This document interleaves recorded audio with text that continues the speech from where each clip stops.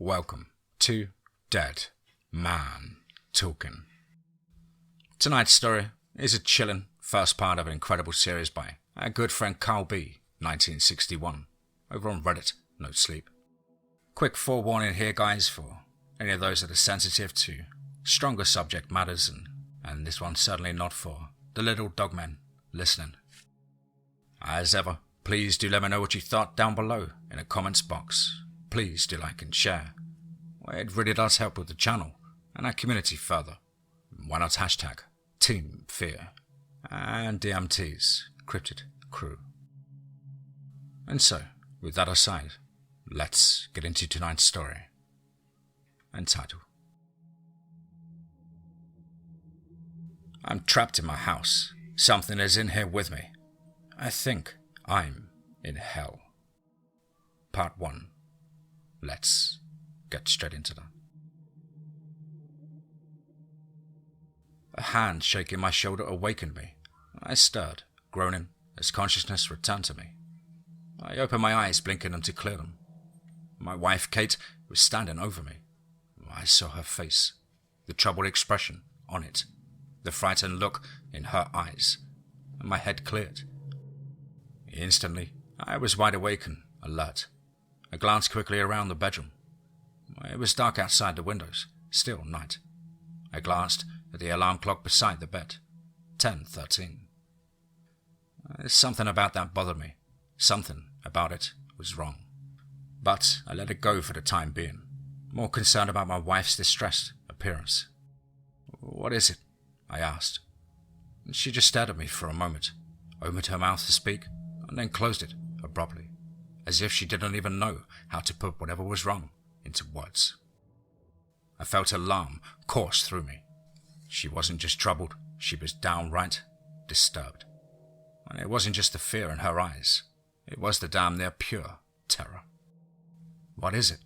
I asked her again, more urgently this time, thinking it must be a phone call she received. Phone calls in the dead of the night are never good news, or some kind of emergency. A fire maybe, or burglars, or...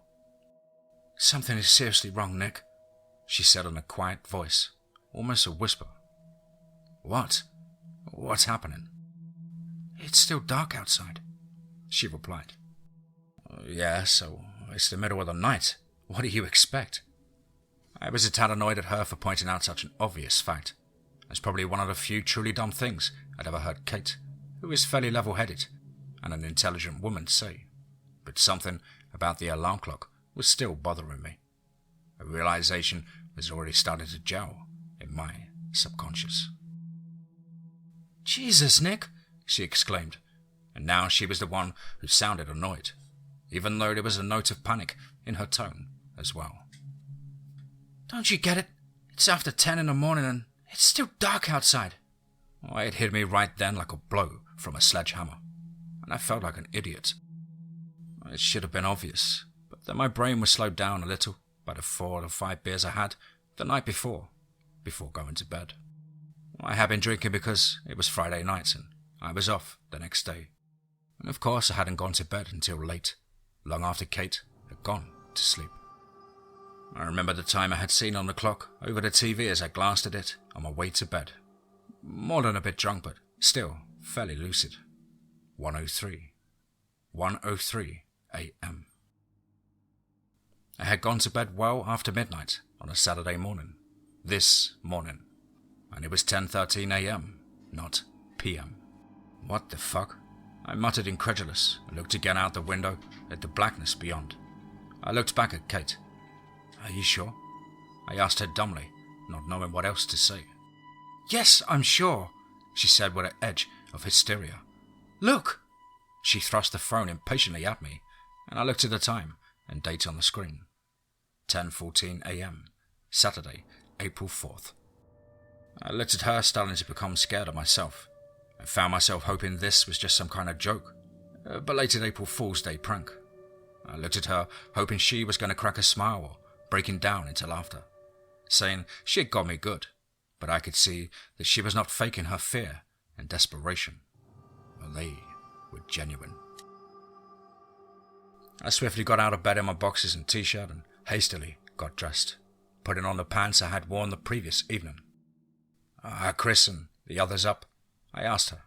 "Yes, they're downstairs." My older brother Chris and his wife Annie and the 10-year-old stepson Adam had been staying with us at our house for the past 3 weeks, since Chris had been laid off from his job as a truck driver last month. It wasn't an ideal living situation for any of us, but Chris was family and our parents were dead, so there really wasn't anyone else they could turn to. It's not like we could just say no and turn him and a kid onto the street.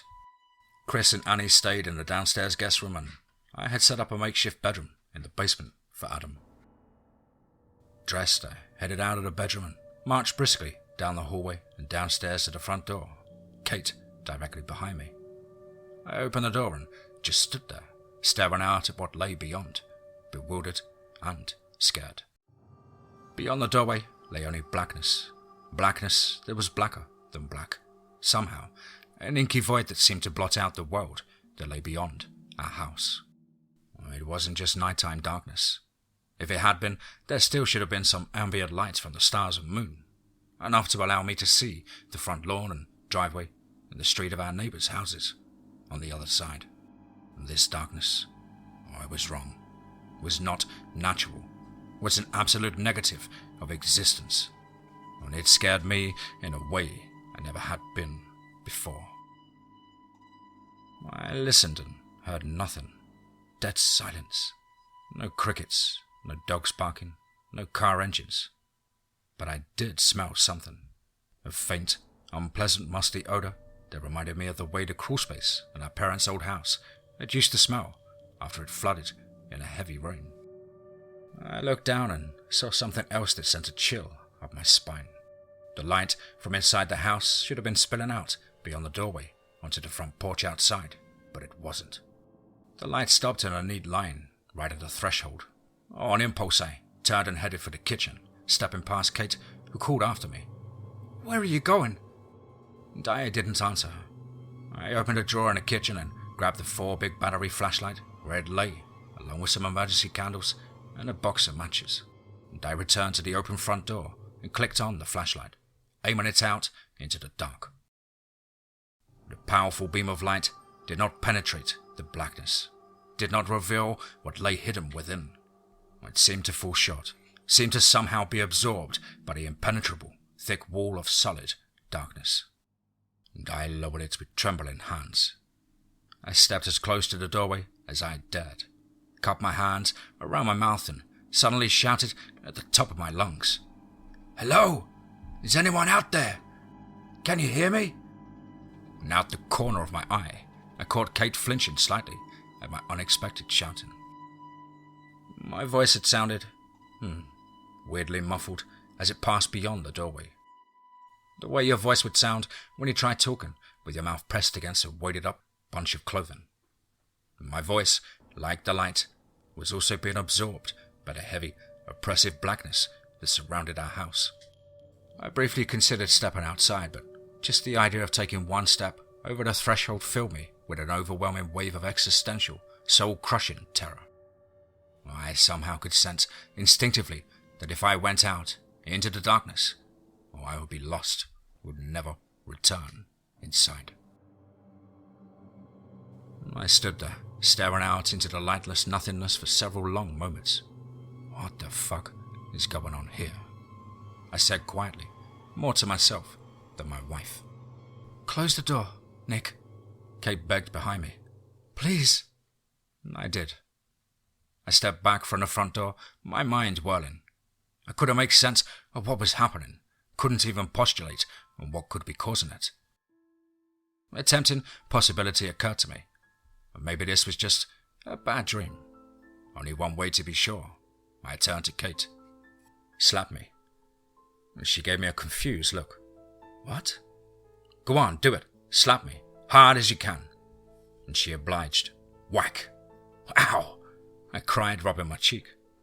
Oh, that answered that question. This was no dream. "What are we going to do?" she asked me. "We have to call someone. Call 911. It was the best I could come up with on such short notice. "I already tried. The phones don't work. The lines are dead." I looked at her and took out my own phone out of my pocket and tried it anyway. She was right. My call, it wouldn't go through. I grabbed the handset off its stand on the table in the foyer and tried it. Well, there was no dial tone.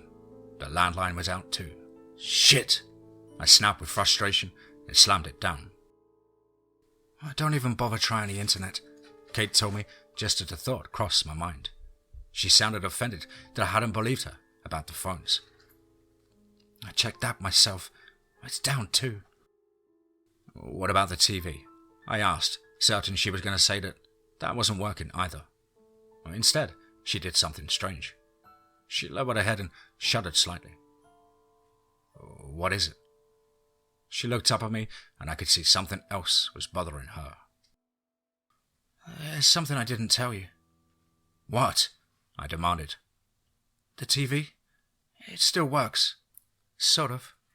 "Well, thank God for that," I replied. "What are they saying?" I was no journalist, but I had a pretty good idea that the sun not rising one day would qualify as pretty fucking huge international news. I imagined it would be all they were talking about on the channels. She looked at me, struggling to find the words. I saw a flicker of fear in her eyes. "You don't understand, Nick. There's something wrong with the TV. All the channels, they..." And she trailed off. "I can't even explain it. You need to see for yourself." Puzzled, I followed her as she motioned me into the living room. Now Chris, a big burly guy with a goatee and a shaved head, was sitting on the couch with Annie and Adam between them. Adam looked scared and I could see tears in his eyes. Annie had her arm around his shoulders and was speaking quietly to him, reassuring him. And Chris stood up when he saw me enter.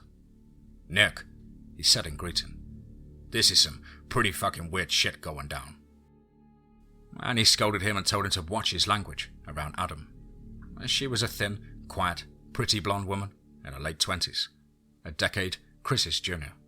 She had a slightly weary, worn, washed-out quality about her, the result of a pretty rough life, abused physically and sexually by both her drug-addicted parents. She had run away at 16 without finishing high school and hooked up with a guy who was a pretty low-life character himself. He had gotten her pregnant before running off, only to get his head blown off some time later by a shotgun-brandishing Korean convenience store owner whose business he'd been trying to hold up. She had been struggling as a single mother, working as a waitress in a truck stop diner to support Adam, where she had met Chris, who had been one of her regulars. They had only been married for about a year and a half. Sorry, babe," he replied. "Do you think you guys can go into the kitchen for a few minutes?" Kate asked the three of them. "I want to show Nick what's on TV." And they looked at her, their faces grim. "Yeah, sure, Kate," Chris said. And he whispered something to Adam, who nodded, and they stood and quietly followed Chris out of the living room. Kay went onto the TV, which I had just noticed had been turned off all of this time, and flipped it on, pointedly not looking at it. And I stared at the screen. For a moment I didn't understand what I was seeing. It was the Today Show, the 4th hour. Hoda Kotb and Jenna Bush Hager were seated in their usual places in the studio, but everything was off-kilter somehow, skewed in the most twisted of ways. The windows behind them where pedestrians outside normally gather to wade in at the audience in hope of being seen on national TV, or they were completely black, like the outside of our house. Both Hoda and Jenna had twin trails of blood running down their cheeks from their eyes like tears, and they were both smiling grotesquely, exaggerated grins that bared their teeth like grimaces of agony. And then I heard what they were saying. Hoda: "The streets are running delightfully red with the blood of transgressors who had so gleefully cavorted and fornicated in the excesses of their own shallow, stupid gluttony and sense of righteous piety and want. There are trees that weep and the rocks that whisper the hungry secrets of mankind's most insipid desires. that glean to behold the call of virtue in the face of their own hypocritical lust for higher knowledge of wealth and NASA's top-secret missions to hide Starbucks enemas in the school lunches of America's less privileged elementary school students. Crass commercialism and the brainwashing of the impressionable minds that strive to reach a transcendental state of perfect awareness so that we can all stop fucking our dead grandmothers and stuffing our faces with Fritos, and watching return of happy days long enough to hear the true calling of this greater voice that beckons us, that tells us that we too can one day own a Tesla of our very own. The audience clapped and laughed uproariously at this gibberish. I watched, dumbstruck with shock. I couldn't believe what I was seeing and hearing. And Jenna, that's so very becoming, Hoda, because I too see the floating dead corpses of the aborted fetuses in the shallow streams of pollution from the nuclear power plants that so gloriously stand as idols to humanity's impudent conquest of the natural chaos that dictates the universe. The cold, crushing vacuum of space in which we, meaningless, trivial insects we are, float on an insignificant speck of dust amidst the cosmos. Eat Big Macs, but seriously, Hoda, seriously, it is a very good day. A very golden day. A day for going down to the beach with that girl you kidnapped from the parking lot of Dunkin' Donuts and have been keeping prisoner in the basement of your fucking cum slut of a mother who was too busy snorting meth and having a train run on her by the 20 Klansmen she met while donating blood at Bed Bath & Beyond, and secretly planned to poison the water supply of Peru to realize what a twisted fucking freak her bastard offspring of a son is, and have been using as a sex slave and going down to the beach littered with the countless bones of the martyrs who died worthlessly so that we can all gorge ourselves upon the flesh of unborn children grouped up and processed into Happy Meals, and the ocean red with blood of the billions who suffer for our wanton need to dance and masturbate while watching snuff films and listening to Lady Gaga. A good day for going down to the beach and committing group suicide. Hell yeah. Out with the old and in with the blue. Another eruption of applause and laughter from the audience. Hoda. But seriously, Jenna, seriously, these are great times we are living in. The best of times, the cursed of times, the end of times. Time to wash your car and clean your hair and put the barrels of that shotgun in your mouth like you've been looking forward to doing all year long since you caught your wife in bed with Charles Manson and they force-fed you the liver of your 5-year-old son before sodomizing you with his severed foot and making you lick it clean out of your own shit and then closing your eyes and pulling the trigger and blasting off away from the shit planet of pain and suffering and endless Marvel comic book feature film adaptation spin-offs and blasting off into the great unknown. Taste the rainbow. Snap into a Slim Jim. Pop culture and pop tarts and popcorn and pop goes the weasel. And popping fresh, pop, pop, pop, pop, pop. And Jenna. And now Al's going to give us the weather. The camera cut to Al Roker standing beside his weather map, but instead of a green screen with the US outlined on it and a map of the weather patterns across the country and with the highs and lows, it showed only black and white Holocaust footage, emaciated Jewish concentration camp prisoners and mass graves and piles of dead bodies and the Nazis performing executions. Unlike Jenna and Hoda, Al Roker was not smiling. His face was a rictus of horror, his eyes wide and blank and vacant. His eyes were also leaking blood down his cheeks, and he gestured to the screen as he spoke in a calm, mellow voice. You got it, Jenna. As you can see here, today's going to be a wonderful day for rape and torture and subjugation. A wonderful day for castration, mutilation and flagellation, asphyxiation, celebration, masturbation and self-immolation, accusation. A wonderful day for drinking a bottle of drain cleaner while listening to the Beatles singing, "All you need is love," while the kids drill your brains out with the cordless Black & Decker they got you for Christmas after setting a homeless man on fire. A wonderful day for an exorcism or two. A wonderful day for witch burning. A wonderful... I couldn't stand to listen to any more. I grabbed the remote and pushed the mute button. I felt dizzy, numb, unreal. I tried to comprehend the insanity I had just witnessed on the TV. "Nick?" Kate asked me, her voice low and scared. What's happening here?" I looked at her. I shook my head helplessly. "I don't know," I told her.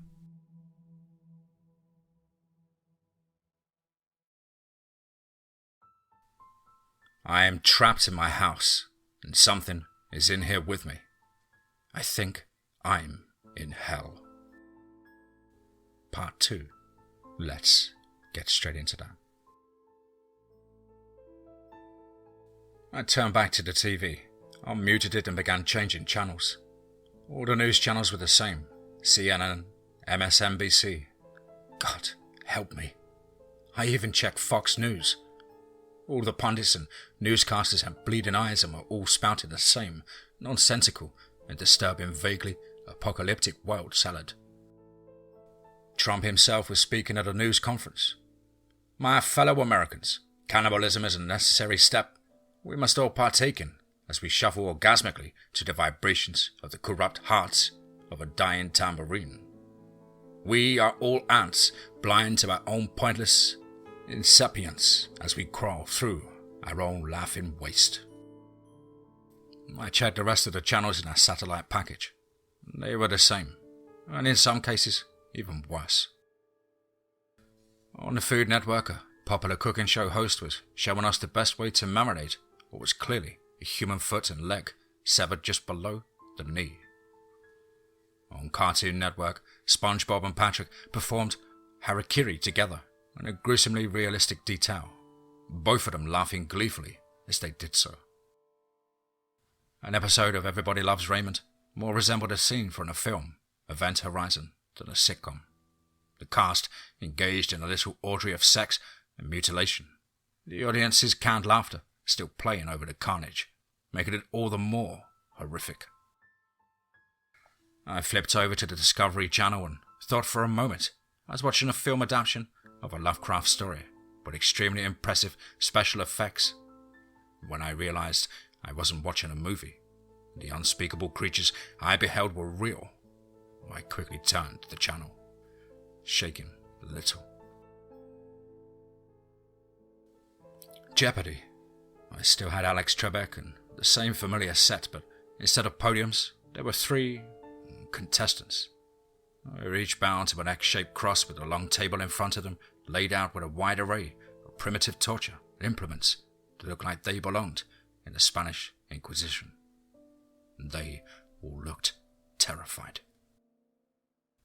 "I'll take the victims of famous serial killers for 200, Alex." The young man bound to the middle cross shouted hysterically. "Linda Ann Healy, Brenda Carroll Ball, and Laura Ann Amy were all victims of this famous serial killer," Trebek stated. "Who is John Wayne Gracie?" the young man screamed his answer. "No, I'm sorry. The answer was Ted Bundy. And you wagered your right eye." Trebek nodded to someone off camera, and a voluptuous half-naked woman wearing a leather hood walked out onto stage and selected a pair of iron tongs with sharp points from the table. She closed in on the terrified young man, raising the tongs, where he began to thrash around and scream as they drew closer to his eye. I changed the channel, feeling sick. The movie channels were no better. The Godfather was playing on Showtime. I came in on the scene where Michael Corleone returns home and reunites with Kay Adams after having fled to Sicily. It was still Al Pacino and Diane Keaton. At least part of her, anyway. "Now who's being naive, Kay?" Michael says, looking into the dead glazed eyes of Kay's severed head that he's holding in his hands. and then he undoes the fly on his pants with one hand while holding the severed head in the other, lowers the head's mouth to... well, I think you get the picture. Groundhog Day was just a close-up of Bill Murray's distorted face and with a red filter over it, wailing endlessly in anguish. I won't even describe the obscene atrocities I've witnessed in Kindergarten Cop. And finally, I'd had enough. I switched the TV off and drew down the remote. I slumped down on the couch, shaking my head in my hands. I felt like I was going to vomit. Kate sat beside me and put her arms around me. I hugged her back. "Nick," she asked me, "what do you think it is?" I looked up thinking intently, considering various possible scenarios that might explain what was going on. Some kind of dimensional rift, a parallel universe, maybe even some kind of bio-warfare attack or chemical causing people to lose their minds. Maybe this whole thing was just a mass hallucination we were all experiencing. Nothing I could come up with seemed very plausible. "I don't have a clue, Kate," I confessed to her finally. "This isn't like anything I think anyone's ever experienced before." And Kate was silent for a long moment before she suggested a possibility of her own. What if this is the end of the world, Nick?" I looked at her. "You mean the end of the world in a biblical sense?" "Yes, Judgment Day." Inwardly, I rolled my eyes. We both were rational, college-educated people, and we both were atheists. I found the idea that this was some kind of divine punishment or Armageddon ridiculous, but I could tell she was upset, and so I didn't insult her by saying something snarky in response. I just shrugged. Who knows? "What are we going to do?" I thought about that. It was the first time I really stopped to consider the plight we found ourselves in.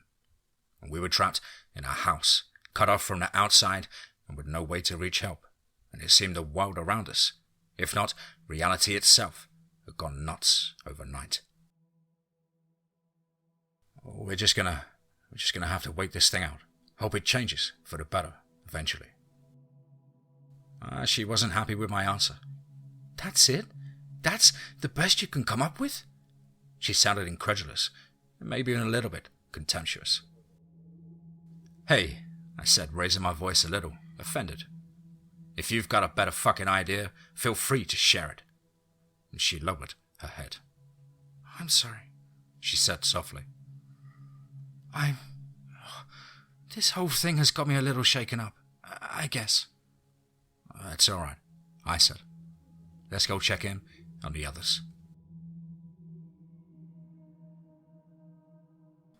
We got up and left the living room, going into the kitchen. Annie was making breakfast for Chris and Adam, who were sitting at the table. All three of them were quiet and looked grim. "Okay," I said as we stepped through the doorway. "So listen up, guys. Obviously, we're all in kind of a bind here. But we're going to get through this, okay?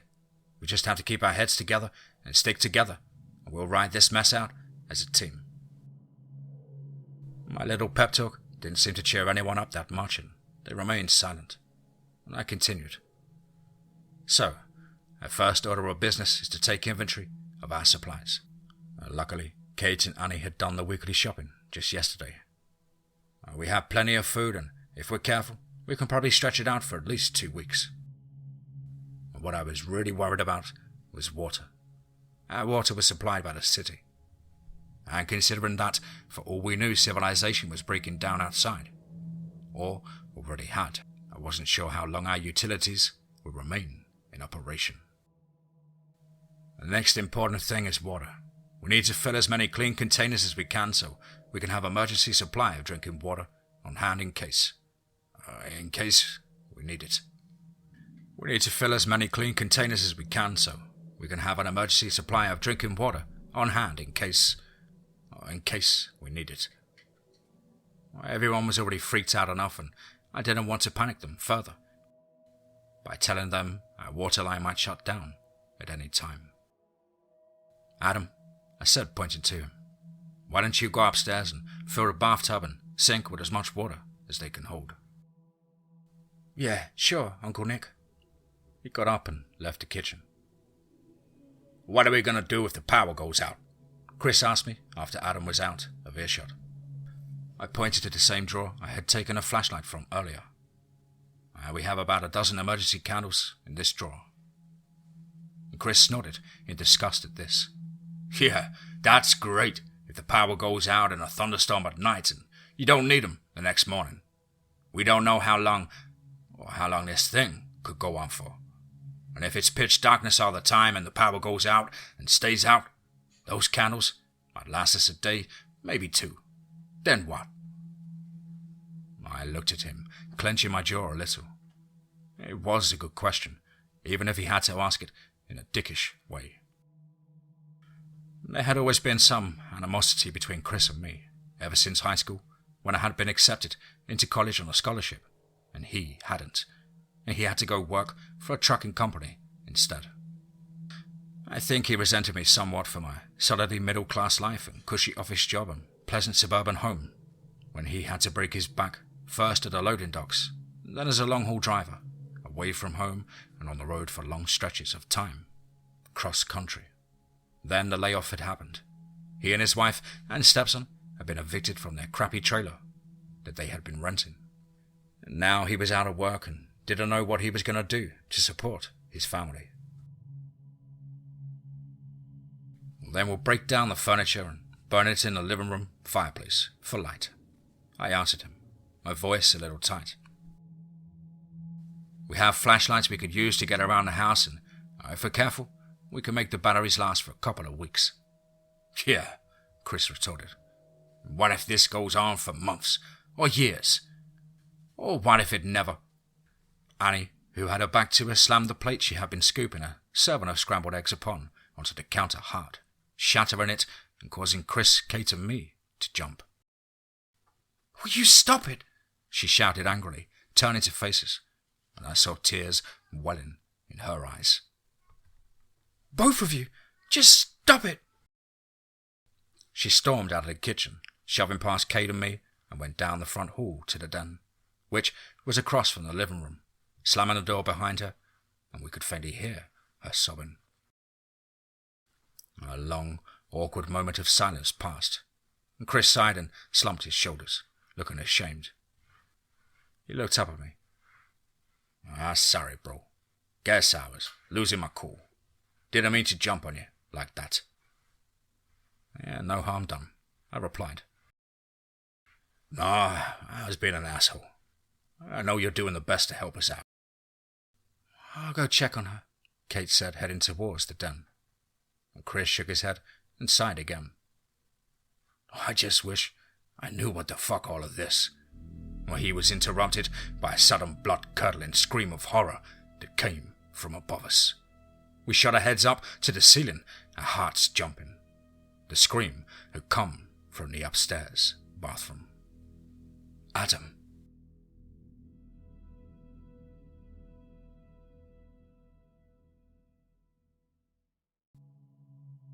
I'm trapped in my house, and something is in here with me. I think I'm in hell. Part 3. Let's get straight into that. Chris and I looked down from the ceiling. We made eye contact for a split second, and then we bolted out of the kitchen, and Chris knocking the chair he had been sitting on over as he stood up violently. We raced down the front hall to the stairs. Chris was in the lead, and Kate, who had been on her way to the den to try and comfort Annie, heard the scream as well and changed direction, hurrying behind us. Chris took the stairs 2 at a time and made it to the second floor hallway, and Adam appeared, crashing into his stepfather, almost bowling him over and sending him crashing down the stairs into me and Kate. Adam was panting hysterically, his face pale, his eyes wide with fright. Christ, kid, you scared the fuck out of us. What happened? Chris asked him. There's a monster in the bathroom, Adam blurted out, nearly screaming, and the 3 of us looked at him. What the hell are you talking about? Chris said. I was filling the sink and I saw it behind me in the mirror. It tried to grab me, Adam explained and then burst into tears. Chris and I exchanged worried looks, He looked back to Adam. "Stay right there." I looked around at Kate. "Keep an eye on Adam. We'll be right back." She looked alarmed when she realized what I was going to do. "Nick, you can't." "We have to check it out. Just stay here." She looked at me, scared but nodded. She went to Adam and put her hands on his shoulders, trying to comfort him as he sobbed. I turned to Chris, who nodded, his face tense. We started down the hall to the bathroom. As we passed the door to the bathroom, Kate and I shared. I had a thought and stopped. "Hey, give me a sec," I told Chris, and entered.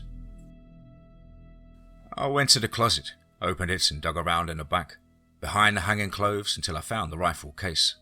I took it out and placed it on the bed, unzipping it and removing a Mossberg 12-gauge pump-action shotgun I had bought 2 years earlier for home defense after a slew of break-ins in the area.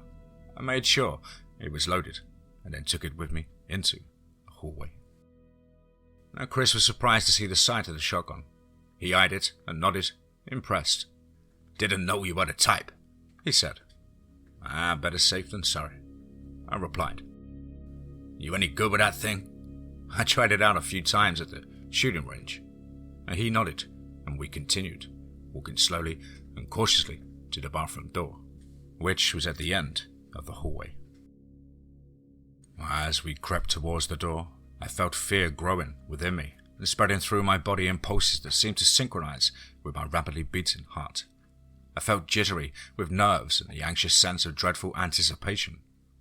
I was scared shitless. The bathroom door was wide open. I could hear water running within. There was no other sound. Chris and I crept to the door and flattened ourselves against the wall just outside. I was closest. I raised the shotgun and made sure the safety was off. I looked at Chris, who looked back at me tensely, and nodded. I took a deep breath and rolled into the doorway, aiming a shotgun at nothing. The bathroom, it was empty. I sighed, relaxing, lowering the shotgun. My whole body seemed to go slack with relief. I turned to Chris.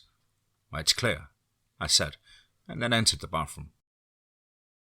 Adam had left the faucet on and the sink was close to overflowing. I quickly shut off the faucet. Chris stepped into the doorway, looking around. I glanced up at the medicine cabinet mirror and froze. The bathtub was directly behind me. The shower curtain was closed. I couldn't see if there was anyone or anything lurking on the other side. I spun around, tensing back up and leveled the shotgun at the shower curtain. Chris's eyes followed the shotgun to the shower curtain and he realized what I was thinking. I looked at him and motioned with my head for him to pull back the curtain. Clenching his jaw, he crept over to the tub and reached out for the shower curtain. He grasped it and his eyes met mine. I nodded. With a grimace, he yanked back the shower curtain, the metal rings rattling on the rod. The bathtub was full of water and nothing else. This time we both sighed with relief, nearly in unison. Chris sat down on the closed toilet lid and chuckled to himself. That fucking crazy kid must have imagined it. Well, don't be too hard on him. We're all pretty wound up right now. No, why? And he was cut off by a sound coming from downstairs. Another scream, this one more high-pitched and feminine. A scream of pure terror, and this was followed by a loud crash. Annie! Oh, Christ! Chris exclaimed in alarm. He got up and we ran out of the bathroom. Kate and Adam were still standing near the top of the stairs, and they were looking down, their eyes wide at the shrill, nerve-wracking screams that were emanating from the den. We ran down the hall, past them.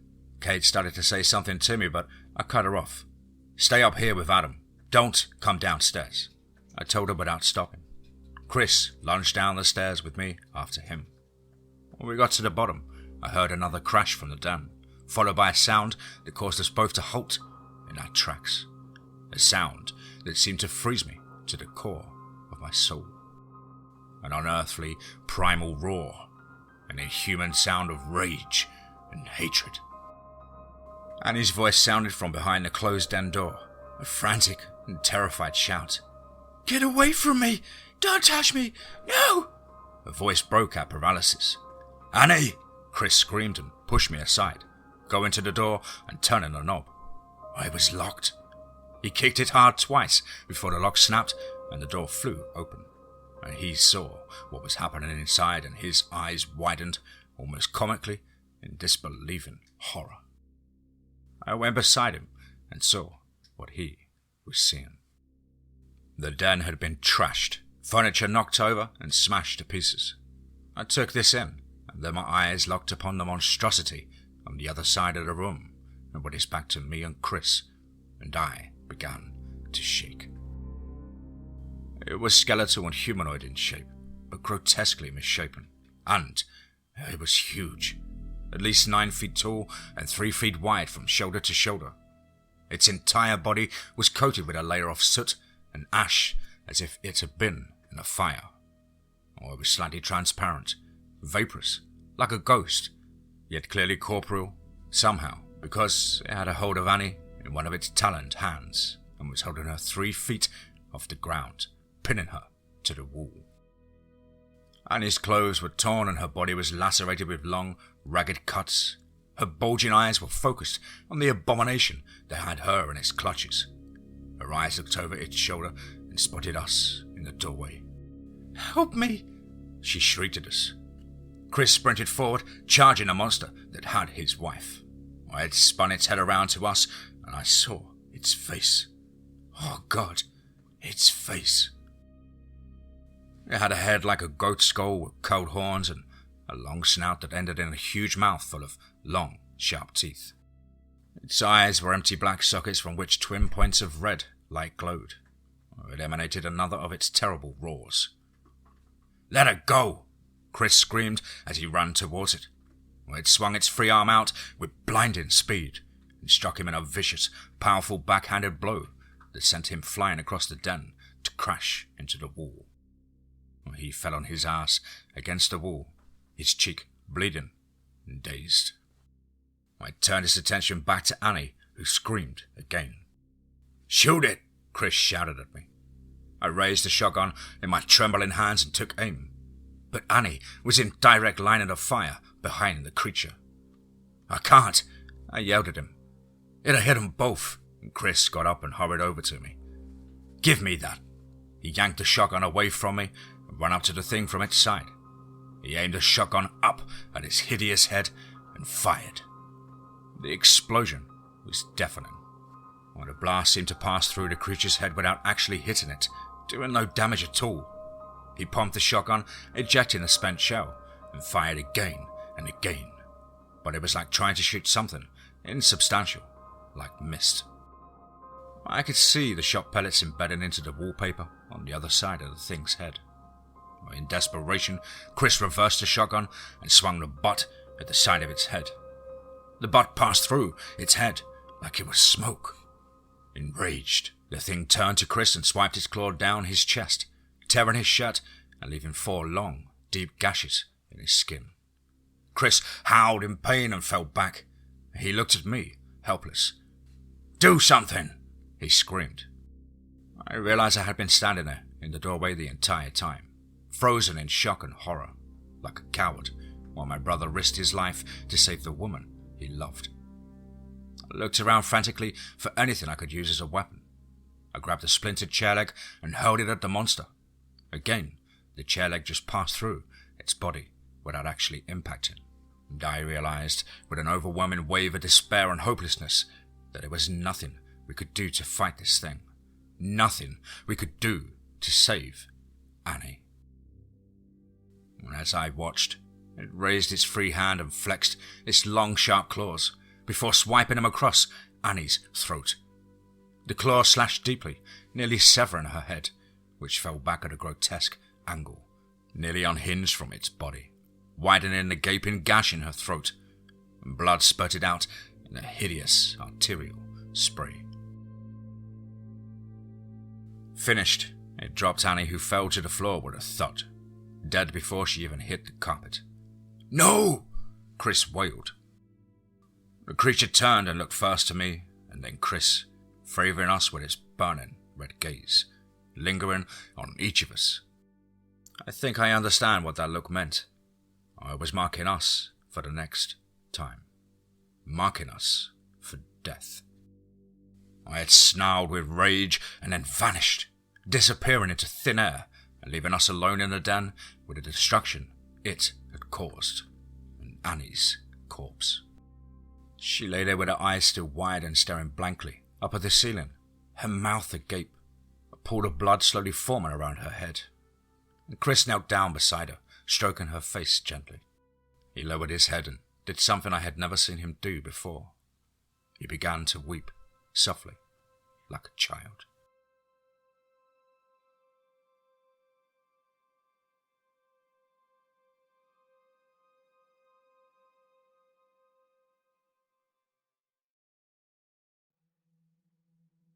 I'm trapped in my house, and something is in here with me. I think I'm in hell. Part 4. Let's get straight into that. I stood there in the den doorway, my mind reeling. I felt unreal, like I was an imaginary creation in someone else's nightmare or a fictional character in a horror film. My brain felt jammed up, like a computer that had been forced to process too much data all at once. I couldn't assess the mayhem I had just witnessed, the horrific beast and Annie's slaughter. Chris continued to weep over his wife's mangled body, and part of me wanted to approach him and offer consolation, but I couldn't will myself to move forward, and part of me was afraid he might attack me if I touched him. He was in an extremely emotional, distressed state. Who knew how he might react in that moment? I heard running feet in the front hall and turned to see Kate and Adam fast approaching, their faces frantic. My head had cleared enough by this point for me to understand that I could not allow Adam to witness this scene. His mother butchered, his stepfather sobbing over her. And I stepped into their paths, blocking them. "What's going on?" Kate demanded. "Don't let him see this, Kate. Stop him. For Christ's sake, he cannot see this." Adam tried to dart past her to enter the den, but Kate, thank God, listened to me and caught him in her grasp, stopping him short. He went wild, screaming and struggling against her. "No, let me go! Let me go! I want to see my mom! Let me go! I want to see my mom!" He was kicking and thrashing so violently, I was afraid she was going to lose her grip on him. But then he abruptly stopped fighting and went slack in her arms. He lowered his head and began to cry. I think he understood, on some basic level, without actually needing a visual confirmation, that his mother was gone. Kate stroked his hair and did what she could to console him, shooting me a frightened and questioning look. "Not now," I mouthed to her, but I think she could tell from my pale face and somber expression that it must have been pretty horrible. We took Adam into the living room, after I made sure to close the den door so he couldn't look in, and sat him on the couch. He continued to cry the whole time. Kate remained with him while I went to the kitchen and got a bottle of nighttime cold medicine from one of our cabinets. When I returned, his sobs had died down to infrequent sniffles. I gently forced him to take a dose, and after about half an hour, he drifted off to sleep. Kate covered him with the Afghan from the back of the couch and then looked at me. And I gestured for her to follow me, and we went into the kitchen and sat across from each other at the table. "What happened to Annie?" she demanded. "What was that screaming? We heard something like an animal roaring. And where's Chris?" "Chris is still in the den with Annie. She's dead, Kate." Kate didn't look as shocked by this as I had expected. She must have suspected that from the way I had behaved when I tried to enter the den. "How?" she asked.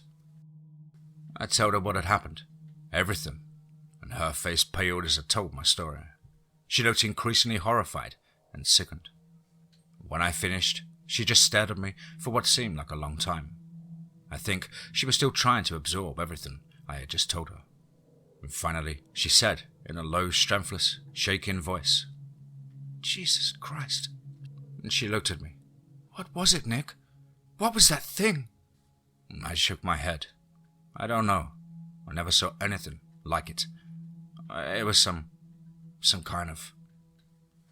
I shrugged, unable to come up with a better definition for the beast I had seen. Monster. Where did it come from? She asked me as if she expected me to know. I don't know, Kate. I just don't know. You said the den door was locked? Yes, Chris had to kick it in. Well, were there any windows broken? Not that I noticed. Besides, we would have heard it. Well, how in the hell did that thing get in there with her in the first place? I don't know, Kate, I said with a touch of exasperation at her endless questions. Questions to which I had no answers myself. And something seemed to dawn on her then. Right before it happened, Adam said he saw a monster in the bathroom. Yeah, I know. I was there. But when you and Chris investigated the bathroom, it was empty. Yes. Do you think the monster Adam saw could be the same thing that killed Annie? Well, I don't see how it could have been. You and Adam were by the stairs the whole time. It would have had to have snuck past you. And besides, like you said, how could it have gotten into the den anyway, with the door locked? Nick, you said after it killed Annie it just vanished, into thin air. What if it appeared in the same way? What if this thing can just appear wherever it wants to? Just pop into existence? I stared at her, feeling a chill. I had been in too much mental turmoil, too distracted by the horror of Annie's brutal death and dealing with its aftermath, to have given this possibility any consideration. But she was right. Oh shit, I said with dread.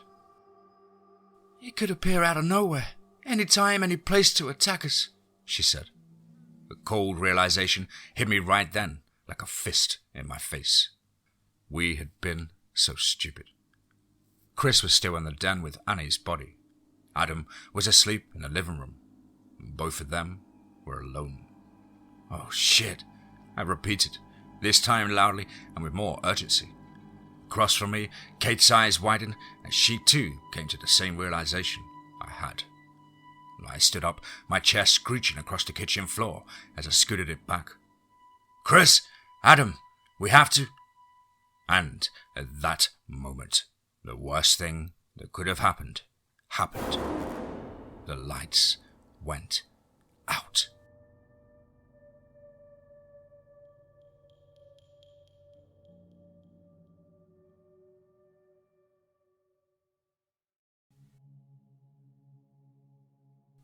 I'm trapped in my house. Something is in here with me.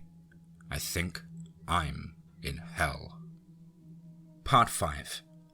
Let's get straight into that.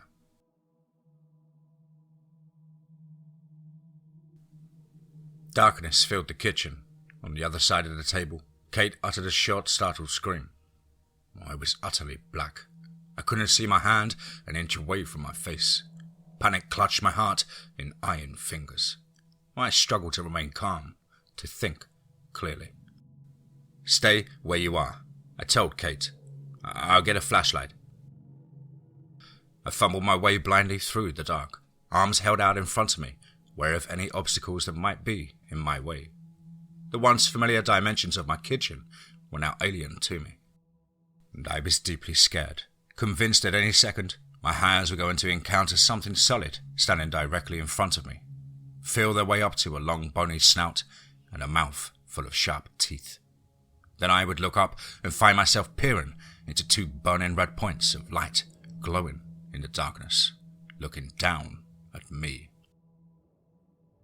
I bumped into the counter and felt my way along it, counting the drawers until I came to what I was pretty sure was the one that held the flashlight and candles.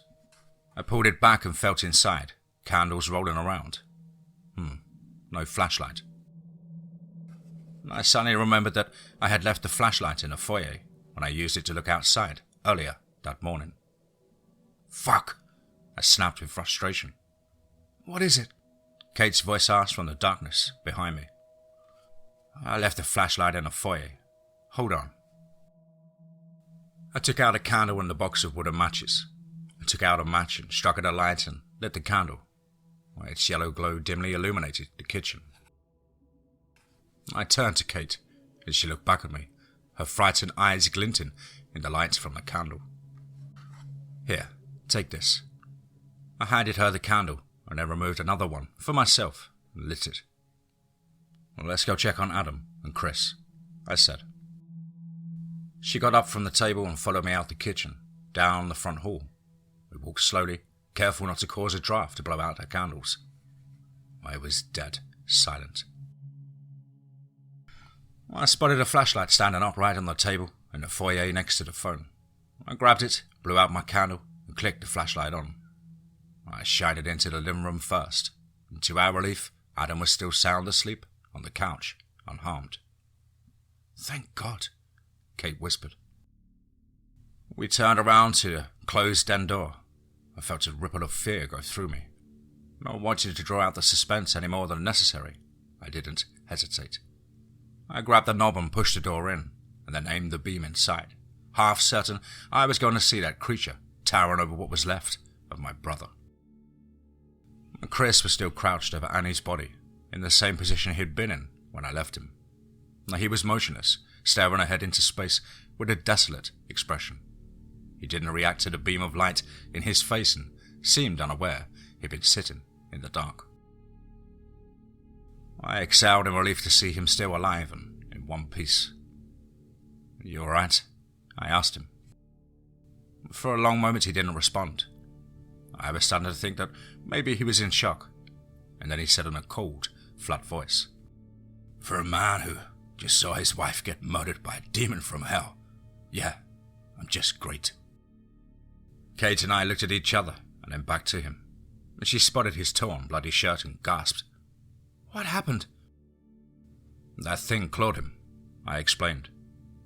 "Chris," Kate said, "Adam's asleep in the living room. You should come in there with us. It's not safe being alone. We have to stay together." "What's the point?" he said flatly. "We're not safe together or alone. We're not safe anywhere in this house. That thing can pop up any second and there's not a goddamn thing we can do about it." "Chris," she pleaded, "please, you're hurt. You need to have that looked at, and your son, he needs you." "He's not my son," Chris said hollowly. "And I'm not his father. He doesn't give a fuck about me. He just pretended to make his mom happy. And now she's gone." "Chris," I said, "we have to work together if we're going to get out of this mess. We have to figure out some way to stop that thing if it comes back." Well, he barked out a short, humorless laugh. "Like what? Call a priest? In case you didn't notice, little brother, it's the end of the world and I think most priests are busy right now. Or dead." He turned and looked at me for the first time. His face was hard and his eyes full of bleak acceptance.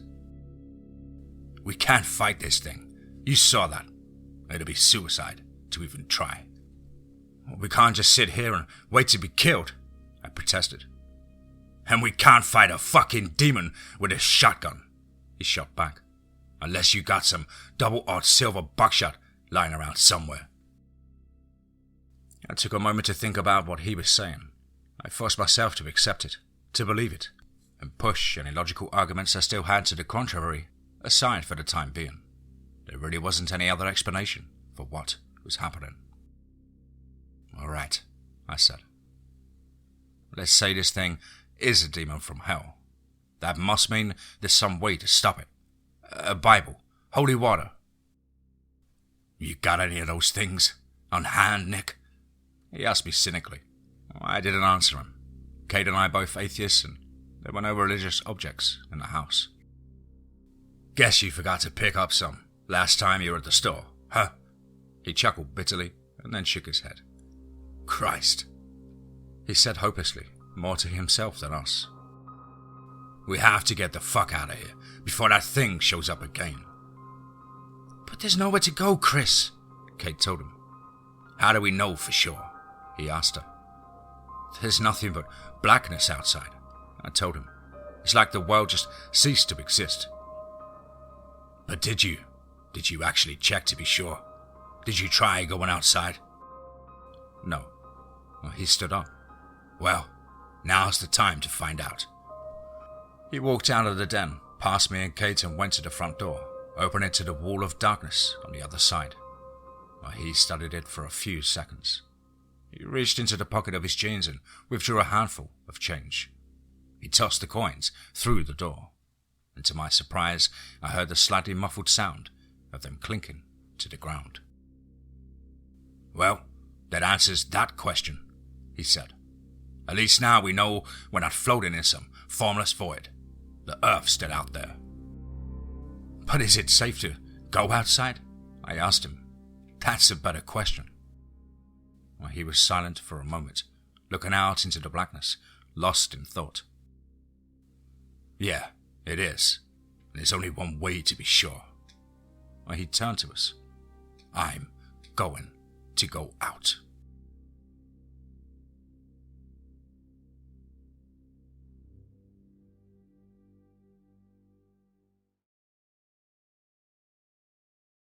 I'm trapped in my house and something is in here with me.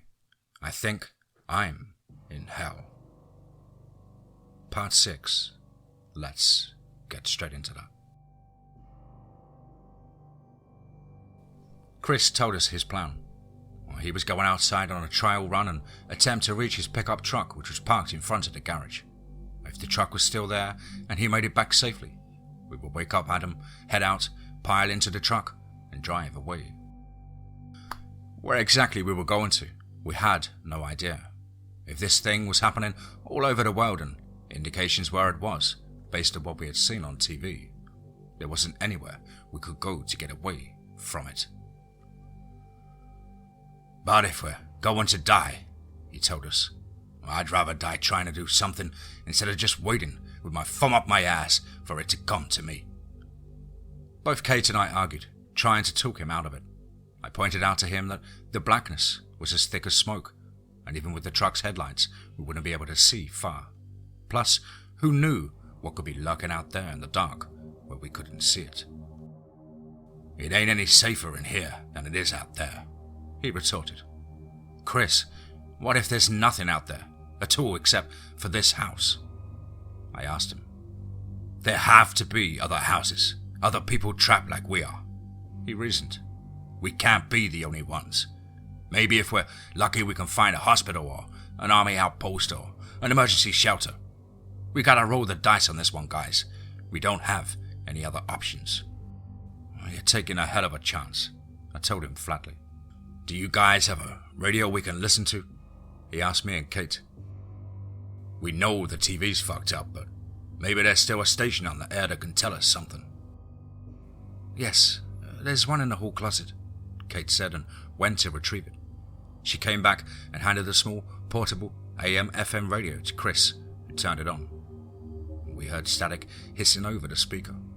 Chris turned the tuner knob, sweeping across the band, and we heard only static from one end to the other. Shit, he muttered. Wait, Kate said. Go back. What? He said. I thought I heard something just then. Go back. He carefully dialed back a little, and we heard something through the static. At first I thought it was just a distorted sound of a radio interference, but as we listened, I realized it was something else entirely. Moaning and wails, sounds of pure torture and anguish. What sounded like hundreds or thousands of them, overlapping a hellish cacophony of abject human suffering, a choir of the damned. And then, suddenly, a voice spoke, causing all of us to jump.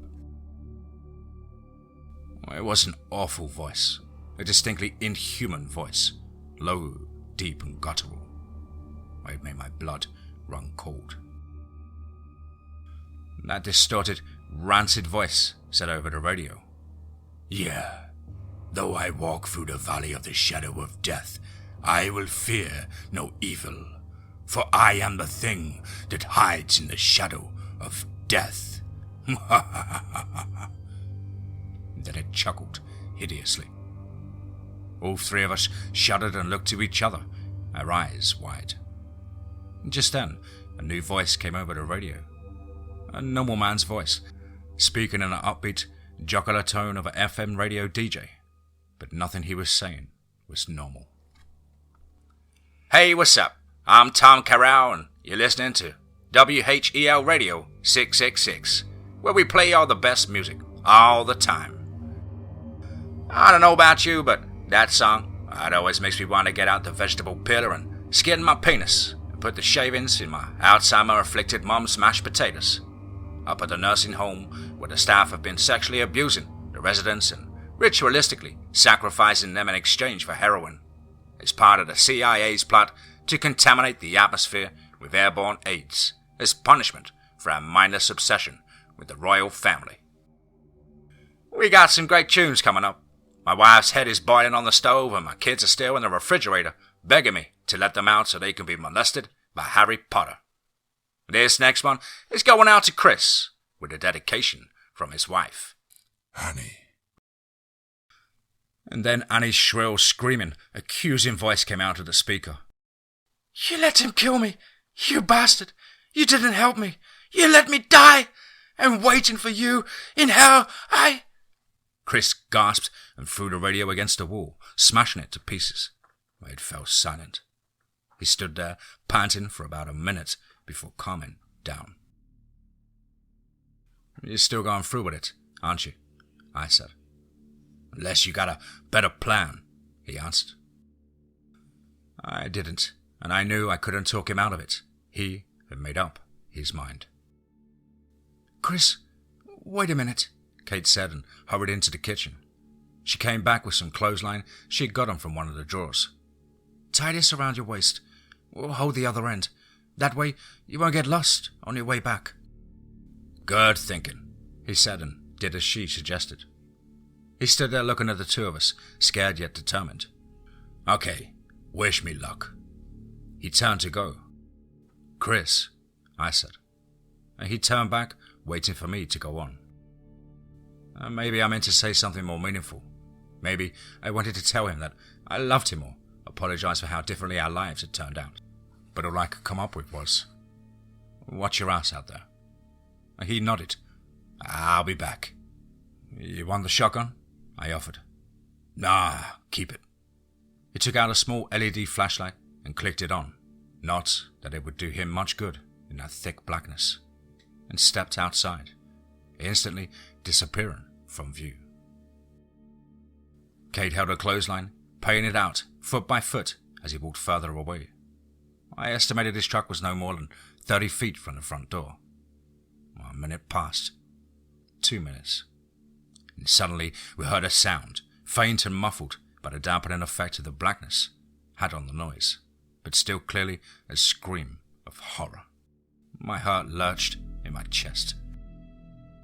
The clothesline Kate was holding was yanked rapidly through her hands, twisting and pulling to one side, then the other. Oh God, what the fuck are you? I heard my brother wail in terror from the dark, and abruptly the clothesline went slack in her hands, and my heart, it sank. My eyes met hers, and each pair was a mirror of the other's dread and fear and despair. And suddenly, Chris appeared in the doorway, materializing out of the blackness, and he was panting with horror, and his face was wild, but he was alive, and I felt my soul surge with relief. There's something out there, he shouted. It tried to grab me, Something reached out of the darkness behind him. I only glimpsed it for a second. It resembled a giant pair of insect pincers, grey and serrated and dripping foul black ichor. And they seized Chris, wrapping around his midsection, sinking in deep, nearly bisecting him. Blood gushed from him in a wave. He uttered a brief choked cry of surprise, and then was yanked savagely back and out of sight. It happened so fast. Neither Kate or I had time to react. The remaining length of clothesline was snatched from her grasp and followed Chris into the darkness. There was a muffled, unearthly roar from the distance, a thick, primordial cry, unlike anything ever made by a creature that existed on Earth. And then, only silence. I was too stunned to react. I stood there, staring dumbly into the void, and beside me I could hear Kate sobbing quietly. I felt compelled to call out my brother's name, but knew there would be no answer. Well, he was gone. "Close the door, Nick," my wife told me in a trembling voice, and I felt a surreal sense of déjà vu. She had said the same thing earlier when I had first inspected the darkness that had swallowed us and consumed the world outside. What felt like a million years ago, although it had been only 3 hours. "Please, Nick, for God's sake, close it. I can't stand to look at it anymore." And I closed the door.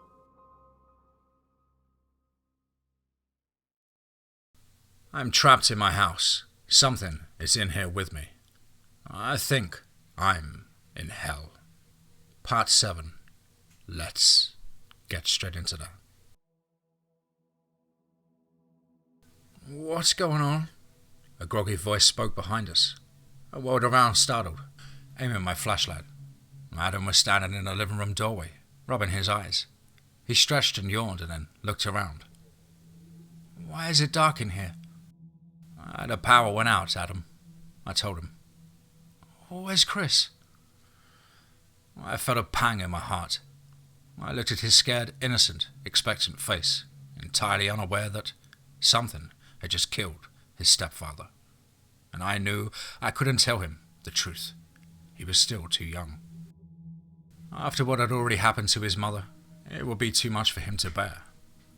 I worked my brain to conjure a lie that he would believe, but Kate beat me to it.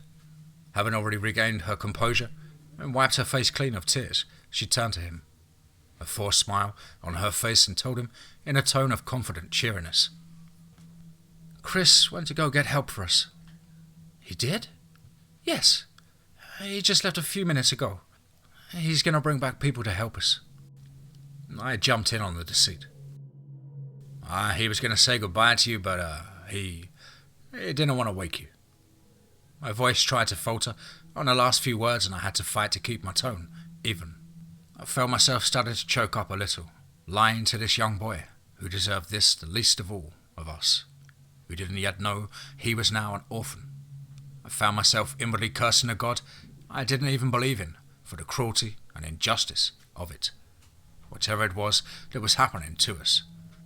It was so irrational, so illogical, so unexpected in the swiftness with which this nightmare had descended upon us.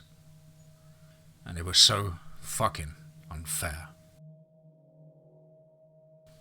None of us had done anything to warrant this punishment. None of us might have been great, but we were still all good, decent people. Before being laid off, for reasons that had nothing to do with him, Chris had worked his ass off to support Annie and Adam. He'd been a little rough around the edges, but he still had been a good guy. Annie had just wanted to shield Adam from the kind of horrific childhood she herself had endured. And Kate and I both worked hard, honest jobs, and paid our taxes, donating blood at the Red Cross and giving to various charities whenever we had a little extra to spare. And Kate volunteered twice a month at a local soup kitchen. Could God, assuming there was such a thing, really be so cruel and vengeful? So irrational in his judgment to have forsaken us, to have cursed us to such a fate. This line of thought caused me to think of another possibility that scared me even more. Was God even still in the driver's seat? Had he finally washed his hands of all of us, turned his back on all of humanity? Or was he dead? Had Satan usurped his throne and taken it for himself? What if this wasn't Judgment Day? What if this was the beginning of literal hell on earth? Eternal darkness in which none of us would find mercy or salvation. All of us damned to be the playthings of those creatures of the outer dark that had taken our realm for their own and made our world their home. I cut these thoughts off and forced them out of my mind, knowing they would do me no good and would only cause me to panic. That clinical, logical centre in me, that voice of reason that had always dominated me and defined my nature, reasserted itself. I wondered briefly if perhaps this could be all the work of extraterrestrials, Aliens from another planet playing malevolent mind games with us and causing us to imagine all of this. And Adam began to laugh. It was a reaction so unexpected, so jarring in its inappropriateness. It shocked me out of my introspection, slamming me back to reality. And Kate and I both looked at him, baffled.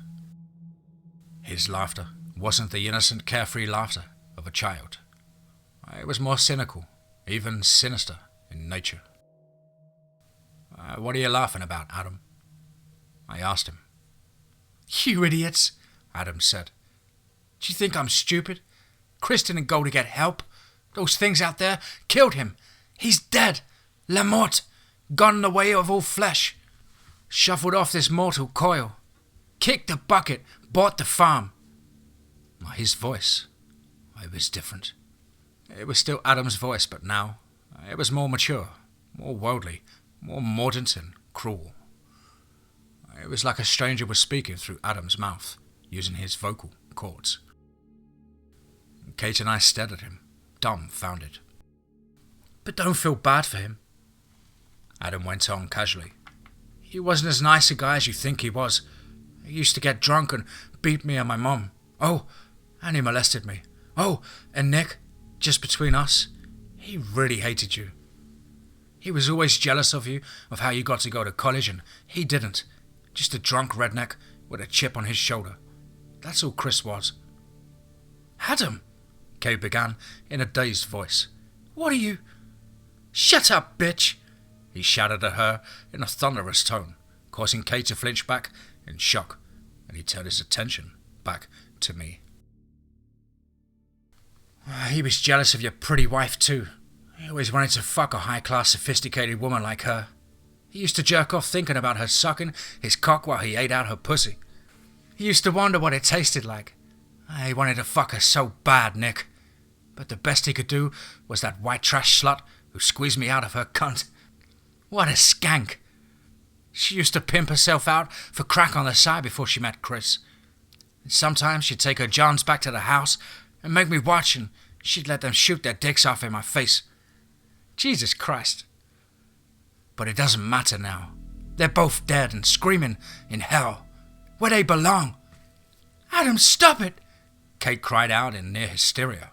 She raised her hand as if she was going to step forward and slap him, but then lowered it quickly. I think she was too scared to approach him. Adam ignored her, looking intently at me. Oh, Nick, you were right the first time. This isn't aliens or parallel universe or any of that bullshit. God has abandoned you, and you are in hell. His voice had begun to change, starting with the word God, becoming deeper and distorted, less human, becoming a voice of the thing we had heard speaking over the radio. Kate and I began to back away from him, our faces masked at disbelieving terror. What are you? I asked weakly, feeling faint.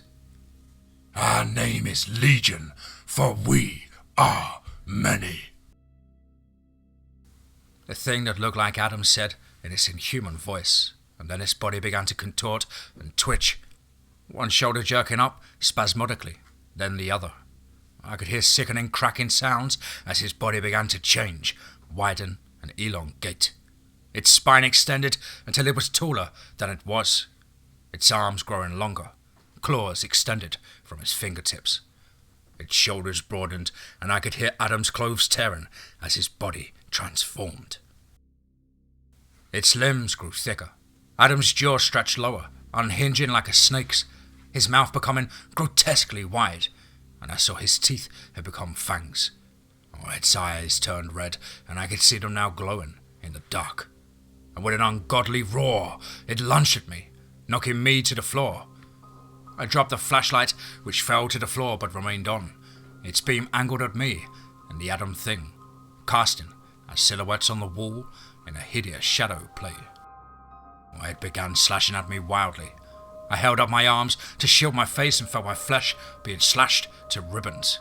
Kate screamed and pounced on the thing from behind, trying to pull it off of me, and with a snarl it backhanded her aside and she bounced off the wall. The shotgun! I screamed at her desperately. "It's in the den!" And Kate disappeared through the doorway. The thing's shark-like maw descended towards my face, and I clamped my hands around its neck, frantically trying with all of my strength to keep its teeth away from me. Its mouth was so close I could smell its reeking breath and see its gnashing fangs, looking as big as stalagmites and stalactites in a cave. And it was incredibly strong. Unnaturally strong. I could feel my arms beginning to lose their battle to keep it from tearing my face off. Its teeth were inching closer. Kate appeared from the den, carrying the shotgun. She aimed it inexpertly in her shaking, panic-ridden hands at the thing's head and pulled the trigger. Click. "Pump it!" I yelled at her. "You have to pump in a new shell!" In the back of my mind, I distantly wondered if there were even any shells left in it to pump. The Mossberg's capacity was 6. How many times had Chris fired at a demon that had killed Annie? I hadn't kept count. She fumbled to work the shotgun slide, racking it and ejecting the spent cartridge. Then aimed again, grimacing in anticipation of the blast, and pulled the trigger. There was a deafening boom, and I felt warm liquid and soft pulpy matter splash my face, blinding me momentarily. I felt the thing on top of me go slack. When I wiped my eyes clear, I saw above me was Adam's nearly decapitated corpse, his head blasted into ruin above his jaw, topple over to one side. I crawled away, gasping and gagging, and struggled to my feet. My chest and head were covered with blood and bits of scalp, brain matter, and skull fragments. My ears were ringing from the blast, and for a moment I couldn't hear anything at all. Kate lowered the smoking shotgun and looked at me. "Are you all right?" she asked me. "I don't know," I told her, which was true. My shirt was slashed to ribbons and I could tell I had been clawed pretty badly, but I couldn't evaluate how serious my injuries were. I couldn't tell how much blood was mine and how much was Adam's. Kate came over to my side and looked down at Adam's headless body, belated and shook with horror of what she had done as it began to dawn on her face. "Oh, God," she sobbed, beginning to weep. "What have I done?" "You saved my life," I told her, putting my hand on her shoulder. "I killed him," she wailed. "I killed Adam." "No," I told her firmly. "You didn't kill Adam. Whatever that thing was, it wasn't Adam. Not anymore." "What was it, Nick? For Christ's sake, what was it?" It was something that must have taken possession of Adam's body. It must have happened while he was sleeping. I waited for her to calm down. Eventually she did, and she looked at me. "We better get you cleaned up so I can get a better look at what it..." Adam's clawed hand suddenly shot up and grabbed her ankle. She shrieked piercingly and tried to pull away, but the hand held her in a vice-like grip. I grabbed the shotgun, pumped it, aimed and fired, blowing the arm off at the elbow. The hand dropped to the floor, but continued to clutch at the air like some awful, deformed spider. Adam's headless corpse began to move, still alive somehow. It tried to stand up, using its one remaining arm for leverage. "Oh, God!" Kate screamed. I pumped the shotgun again and fired again, this time blowing off the body's right foot, and it continued to move, squirming hideously like a snake with a broken back. I ejected the spent shell and tried to shoot again. Click. Out of shells. I dropped the shotgun, picked up the flashlight, and ran down the front hall to the kitchen. "Nick, where are you going?" Kate screamed after me. I ran into the kitchen and through the door that led into the 2-car garage. I shined the light around until it centered on the pegboard covered with tools over the workbench. I spotted the axe I used in the winter to split firewood and removed it from its hooks, then ran back into the house and down the front hall to where the partially dismembered body was still moving. Kate spotted the axe I was carrying, and her already wide, horrified eyes widened further still. "Oh, Jesus, are you going to..." "Hold this," I said, cutting her off, extending the flashlight to her. "Hold it and aim at it so I can see what I'm doing." She took the flashlight and shined it upon Adam's still, animated remains. And I raised the axe and swung down. Again, and again, and again, and again. Blood spattered the walls of the front hall. And when I was finally finished, some time later, all that remained was a messy red pulp with a few solid chunks left. And even then, those chunks continued to twitch ever so slightly, pulsing like a heart. The axe clunked to the floor as it fell from my numb hands, and I staggered, exhausted, to one corner, where I doubled over and vomited.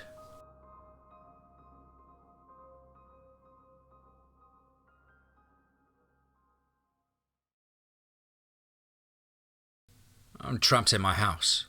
Something is in here with me. I think I'm in hell. Part 8. Let's get straight into that.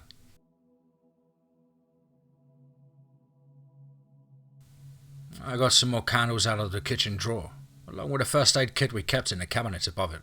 Then Kate and I went upstairs. In the bathroom, we lit the candles and placed them around so there was plenty of light for Kate to tend to my injuries. I took off what was left of my shirt and Kate used some of our precious water, the only water we now had, from the tub Adam had filled earlier, to rinse the blood off my arms and torso. "Jesus," she said, appalled as my wounds came into view. I looked at myself in the medicine cabinet mirror, and deep, ugly cuts covered my chest, but my arms, which I had used to shield my face, had taken the brunt of it. They were crisscrossed with horrible slashes and still bleeding pretty badly. But it didn't seem like that thing had hit any major arteries. I was lucky, I suppose. They hurt like hell. Kate disinfected them with some rubbing alcohol. I had to stifle a scream as the alcohol burned its way into the cuts, and as she rubbed my arms with some gauze and applied the dressing to my chest. "I'm probably going to need stitches once we get out of this," I told her, trying to sound optimistic, and she didn't respond. After she finished, I went into the bedroom to put on a fresh shirt and also reloaded the shotgun with the extra shells in a box on top of the shelf of the closet. I followed Kate back downstairs and we went into the living room, trying not to look at the bloody carnage in the front hallway. We placed our candles on the coffee table and sat together on the couch. Neither of us spoke for a long time. Our mood was bleak, hopeless. I realized it was just her and me now. Chris was gone, so was Annie and Adam. Chris was gone and so was Annie and Adam. I listened to the utter silence that surrounded us. Kate spoke abruptly. Do you think it was telling the truth? About Chris and Annie?" she asked me. I thought about it and shook my head in firm conviction. No, I can't imagine him really being like that. That thing was just lying to screw with us. But some doubtful part of me wondered. "Why is this happening to us?" she wondered aloud. "What did we ever do to deserve this?" "I don't know, Kate. I wish to God I did." "What if, Nick? What if we're already dead? Did you ever wonder that?" I didn't answer her. The thought had crossed my mind. That thing that killed Annie's going to come back for us, isn't it? I thought of lying to reassure her, but decided against it. Yes, probably, it will. Maybe we should use that shotgun on ourselves. Not until we played every card we have left. She laughed sarcastically at this. How many cards do we have left, Nick? We can't escape and we're not safe in here either. I sighed. Again, I didn't answer. She was right. Suddenly, her eyes lit up as though a thought had come to her. Nick, we don't have a Bible or holy water, but what about a cross? We don't have one of those either, Kate. You know that. No, but we could make one. All we have to do is tape two pieces of wood together, and you have a cross. Doesn't it have to be blessed by a priest? No, the cross itself is just a symbol. It's the faith the cross represents that gives it its power. I laughed cynically at this. Fine, Kate, maybe you're right. But that still wouldn't do us much good. Neither of us have faith. She turned and looked me in the eye, speaking earnestly. "Oh, I do now. I changed my view on religion 4 hours ago. Maybe you should too." "Kate, what good is faith going to do us if we really are already in hell?" "Oh, maybe we can still be saved. Maybe God's turned his back on us because we turned our backs on him. Maybe if we pray, he'll take us out of this." I was still skeptical, but I wondered if maybe she was on to something. There wasn't really anything else left for us to try by that point. "Do you even know any prayers?" "Yes, I still remember a few from church and Catholic school." Unlike me, Kate had a religious upbringing. "All right," I said. "Let's see if we can make some crosses."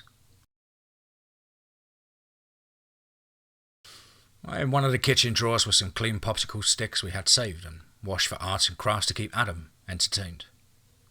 We each taped 2 together using scotch tape, and then, armed with our makeshift crosses, we returned to the living room and knelt down. We lowered our heads, holding our crosses above us in supplication. "Repeat after me," Kate instructed. "Our Father, who art in heaven, hallowed be thy name." We prayed together for over 20 minutes, 10 Our Fathers followed by 10 Hail Marys. I began to feel a presence in the room, a palpable sense that we were no longer alone. I met Kate's eyes and saw she could feel it too. Her eyes began to fill with hope, the same hope that was beginning to soar within my own heart. "It's working," I remember thinking in that moment. We were in the middle of the 23rd Psalm when a voice spoke, a deep, masculine voice that seemed to come from nowhere, and yet everywhere. The voice boomed, and the walls seemed to vibrate with the timbre of it. "My children," it spoke. Kate and I stopped praying, falling silent in astonishment. We exchanged a look of awe, and looked around the living room for the source of the voice, when there was no one in sight. "My children," the voice repeated. "My God," Kate uttered in shock, her voice nearly a whisper. "Yes, it is I, the Father Almighty. I have heard your prayer, and now I am with you." "Oh, please, God, deliver us from this hell," Kate begged. "My children, take comfort in knowing that your prayers have not fallen upon deaf ears. I have come to you in your time of need to aid you and to share with you." And the voice fell silent. "What?" I demanded anxiously. "Share with us what?" "To share with you." "What?" Kate cried out. "Tell us, Lord, tell us." "To share with you the secret to giving your hair lusher, full of volume, and that healthy, rich shine you can only get with vitamin B5 in Rich Pan 10 Pro V.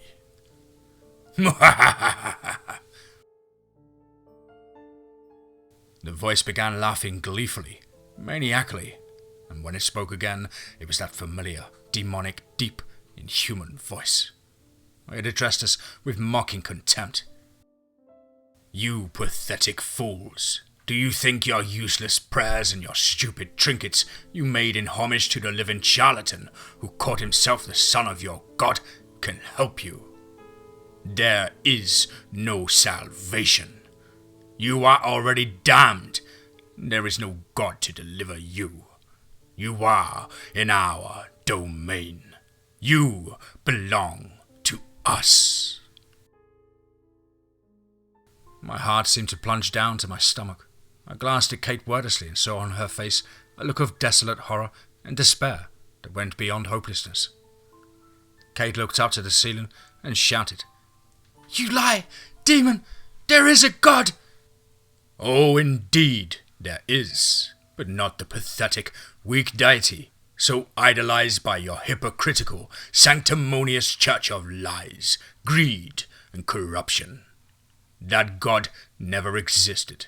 He was merely a fictitious creation used by the powerful in order to dominate the poor and weak. I am the only God. and you will find no love nor mercy from me, only eternal suffering. I am the embodiment of all rage, hatred, agony, and horror your race has inflicted upon itself over the millennia. I am the blackness beyond the stars, the eye of chaos, the mouth of madness. I am not the monster lurking in the shadows that every child fears. I am the shadows themselves.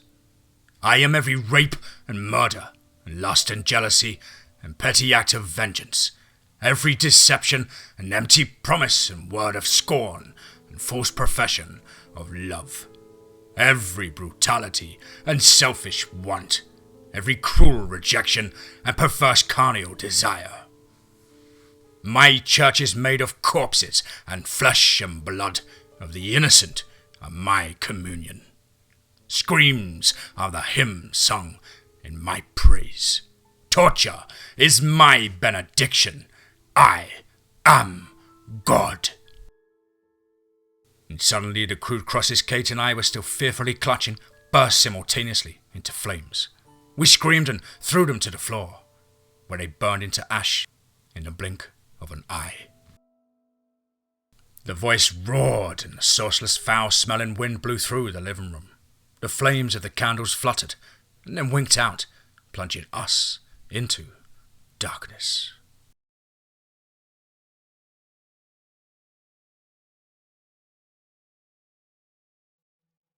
I'm trapped in my house. Something is in here with me. I think I'm in hell. Part 9. Let's get straight into that. I got up from my knees and felt along the top of the coffee table for the box of matches to relight the candles. My fingertips struck it and accidentally knocked it to the floor, and I cursed. "Nick!" Kate called out my name in the dark. "I'm here." I called back to her. "It's alright." I got down and groped around on the carpet for the matchbox. I couldn't find it. It didn't make sense. I hadn't bumped it that hard and it couldn't have travelled that far, but I couldn't locate it anywhere near the coffee table. "God damn it!" I shouted, frantic. "What?" Kate asked me. "I can't find the fucking matches. They've disappeared." "You used the light on your phone," she told me. I cursed myself for having not thought of that sooner. I had my useless smartphone on me the entire time, in my pants, and had completely spaced it until that moment. I fumbled it out of my pocket and turned it on. The time on the screen was 2:47 p.m. This startled me a little. It was still early afternoon, but this unrelenting darkness had disorientated me, had completely thrown off my sense of time. It had been less than 5 hours since Kate had first shaken me awake into this ordeal. I dimly remembered having gone to bed, slightly drunk, much earlier that morning. A normal suburbanite in his mid-30s living a totally ordinary, mundane, middle-class life. That life already seemed like it had happened 1,000 years ago, to someone else, a stranger, in another dimension of existence. I felt a passing twinge of mournful nostalgia for that lighted world I had taken for granted, and with its known boundaries of reason and sanity. I turned on my flashlight app and turned the light upon Kate. She squinted in the light and opened her mouth to say something. I never knew what. Behind her, just barely visible, stood a hulking, semi-transparent, monstrous form with curled goat horns and glowing red eyes, and it towered over my wife. I started to shout a warning, but before I could utter a sound, it seized her by the neck with both clawed hands and hoisted her into the air. She screamed hysterically and thrashed and kicked wildly. I ran to her and grabbed her legs, trying to pull her free, knowing from earlier that I couldn't make physical contact with the creature. As she inadvertently kicked me in the face, sending me crashing backwards into the coffee table, which collapsed beneath my weight. I leaped back up, still holding my phone, and aimed the light at them, and Kate's eyes, wild with terror, met mine. "Nick!" she screamed at me, pleadingly. "Let it go! Take me instead!" I shouted at it, as if actually believing I could somehow bargain with it. "Take me!" It didn't listen to me. I wonder now if it even understood what I was saying. Instead, it roared and tightened its grip around her neck. She began to gasp and choke as her oxygen was shut off, her eyes bulging from their sockets. I heard her windpipe being crushed. She expelled blood from her mouth, like spittle. "No!" I shouted at the top of my lungs. "Kate!" I had suddenly twisted her head savagely, breaking her neck with a sickening wet crack. I continued to twist her head until the back of her head was where her face should have been. I could see the flesh of her throat bunch up and contorting, like a washcloth being wrung out as it switched places with the back of her neck. Then the thing tore her head off and slammed it with inhuman force against the wall. Kate's head exploded in a splash of blood and gore like a watermelon dropped from a second-story window. Kate's headless corpse dropped to the floor, her blood pulsing from the ragged stump of her neck. She spasmed for a few seconds and then went still. The thing roared again, pointed one of its talons directly at me, and then vanished. And I was left with the decapitated corpse of my wife, the woman I had loved and shared my life for the past 14 years. I dropped to my knees beside her. I didn't weep. I moaned. Eventually, my moans turned to wails. I wailed with the greatest sense of loss and grief and despair I had ever experienced in my life. Oh, there was no other sound. No one to hear my anguished cries. No one to answer. No one to care. Not even God himself. Because he didn't exist. Never had. I was alone. All alone. And trapped in hell.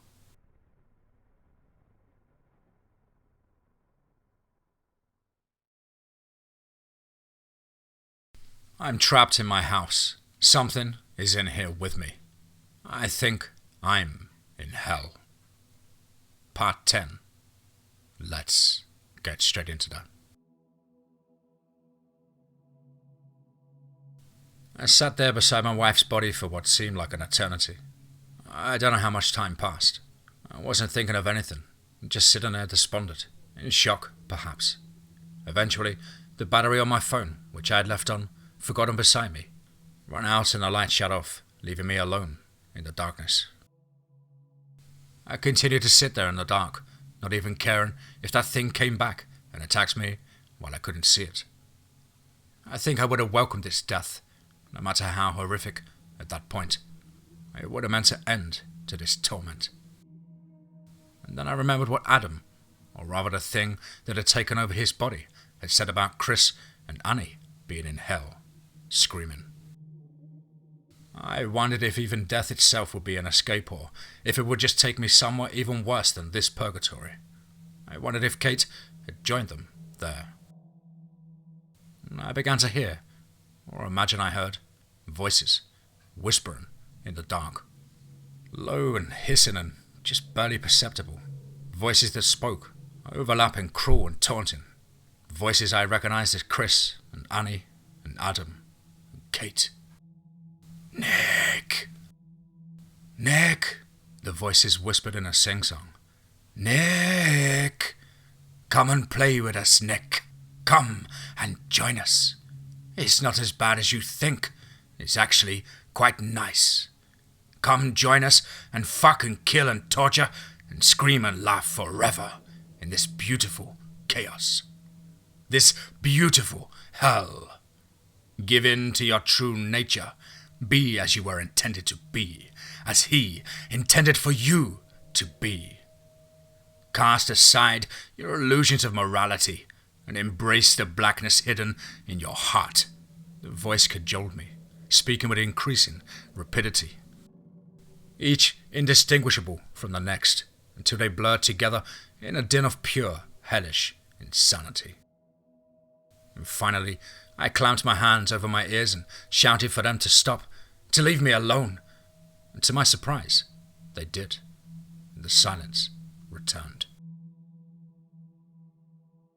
I felt through the debris of the smashed coffee table, until I found one of the candles. Then I searched around on the floor until at last I found the box of matches half underneath the couch. I lit one and used it to light the candle. I jumped back and screamed when I saw what was standing in front of me. My brother, Chris. His body nearly torn in half from the thing that had grabbed him outside. He was smiling at me, his eyes dead and filmed over completely white. His intestines were hanging down to his knees, and his upper half was slanted at a hideous angle to the lower half, as if in danger of toppling off. In one hand he was holding my wife's severed head, which had been crudely stitched back together, but was horribly misshapen, her features out of proportion, one eye lower than the other. "Hey, little brother," the ghastly apparition that was pretending to be my brother said to me, magnanimous tone. "No hard feelings, right? I finally got some head from that fine piece of ass you married, so all is forgiven, and you can keep the rest of her, so everyone can be happy." He looked down and addressed the head. "Right, babe?" Kate's severed head spoke to me in a dull, accusing tone, her uneven dead eyes fixed upon my face. "Why did you let it kill me, Nick? Why didn't you help me? I loved you and you let me die. Even if I did let Chris stick it up my ass a few times when you were at work and Annie was out of the house, I still loved you, and you let that thing kill me." I closed my eyes and shouted at them, "Go away! Leave me alone! Leave me alone!" And faintly, I heard the voice of the demon chuckle and say, "You are alone, Nick." When I opened my eyes, they were gone and I was alone in a darkened living room. I felt myself breaking down, losing control. My knees buckled and I sat down heavily on the couch and began to sob. "Please, stop, whatever you are. Please stop torturing me like this. Kill me if you want, but please, just stop hurting me." "I haven't even begun to hurt you," the voice seemed to murmur. "We have all eternity to play with you, Nick." "Why are you doing this?" I asked it.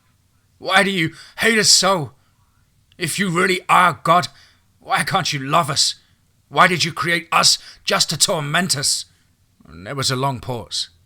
When the voice spoke again, I could almost detect a note of honesty in what it said. "Because I am lonely and bored. And when you've existed as long as I have, you try to find amusing little diversions wherever you can." That was the last time it ever spoke to me.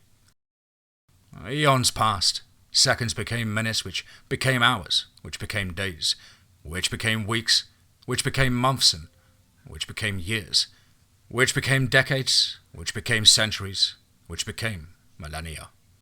It felt as if I had been there alone for 1,000 eternities. But when I held the candle up to see the time on the clock over the powerless TV, it was only 5:15. I began to laugh shrilly at the edge of my sanity. Eventually, I regained control. I realized I was hungry. I took my candle into the kitchen and opened the refrigerator. The stench of putrid food rushed out and hit me in a wave, causing me to stagger back, gagging. I looked into the fridge. Everything in it was rotted and crawling with maggots. The power had only been out for a few hours, not long enough for anything to have spoiled, yet all of the food looked as if it had been sitting there for weeks. I slammed the refrigerator door, repulsed. I was still hungry though. I got the hand-operated can opener out of the utensil drawer and got a can of chili out of the pantry. Resolved to eat it, uncooked since I had no way of heating it. I opened a can and a puff of the same putrid stench from the refrigerator wafted out. I opened a can and groaned. It was also rotted and crawling with maggots.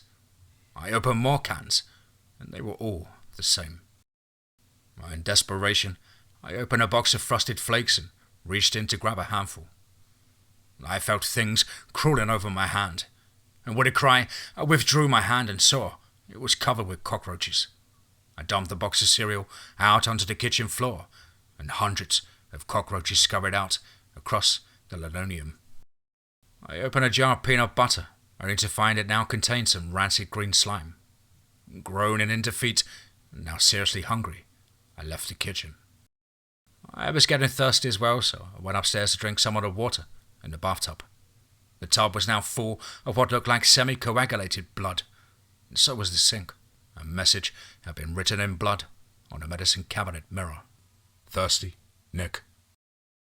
Enraged, I grabbed my electric razor off the vanity and hurled it at the mirror, shattering the glass. I watched in amazement as the fragments of glass lifted up seemingly by themselves and reformed into a solid mirror. A new message written in blood. Shouldn't have done that, Nick. 7 years, bad luck. I fled the bathroom, almost stumbling and falling on my way down the stairs. In the front hallway, I stopped in my tracks, hearing a sound from the living room. Voices of laughter. I could see a bluish glow in the doorway, and cautiously I stepped inside. The TV was on, despite the absence of electricity. An episode of the Brady Bunch was on the screen. I quickly grabbed the remote and switched it off, wanting to see whatever violent and perverse travesty was about to transpire. The TV turned itself back on. I clicked it off again, and it turned right back on.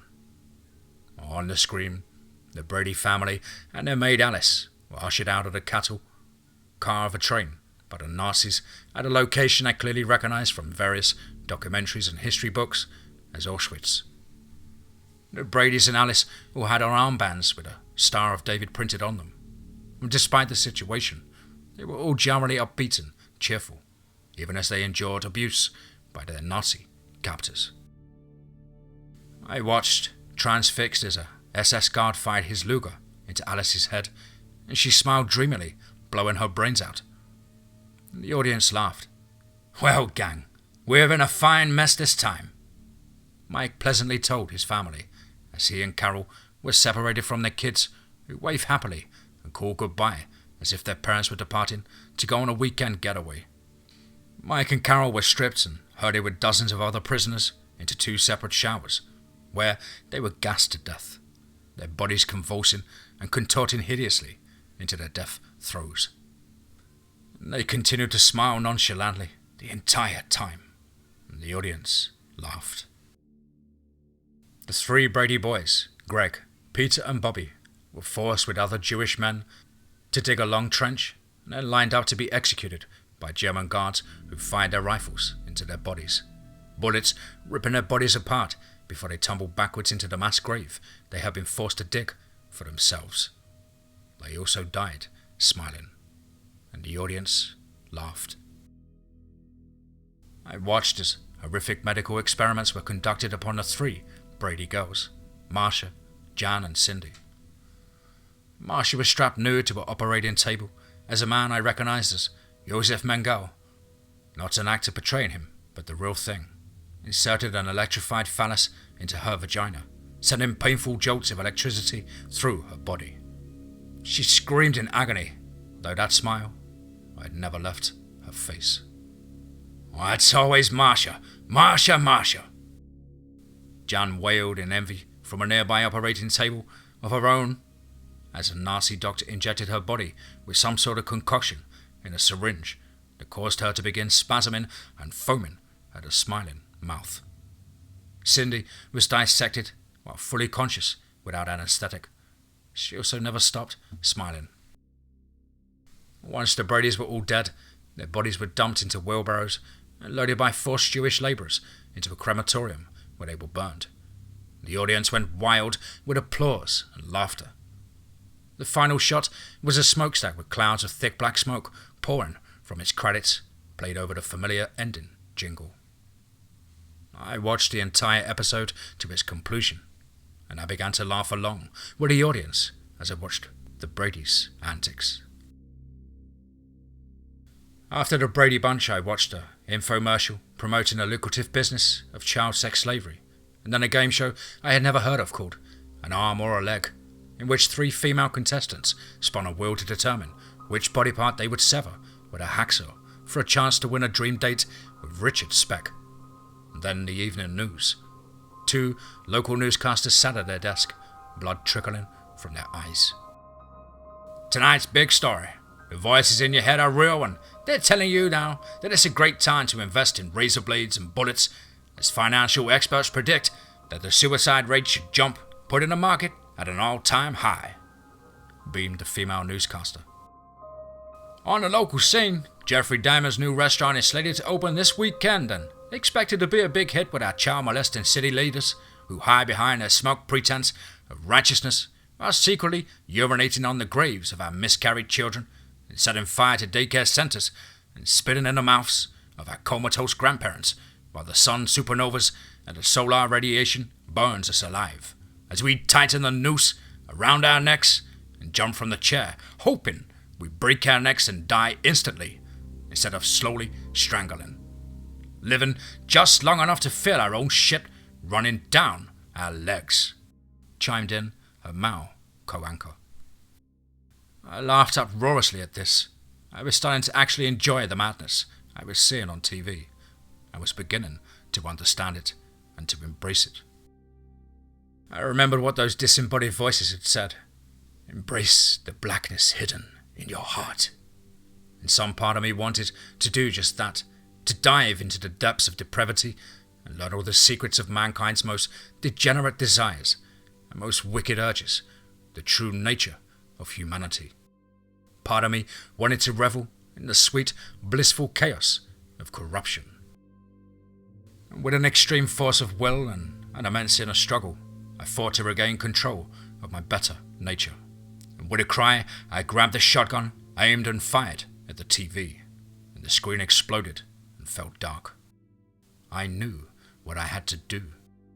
It was the only thing left for me to do, the only choice left. First, I found my laptop. Fortunately, I had plugged it in the previous evening, and the battery was still fully charged.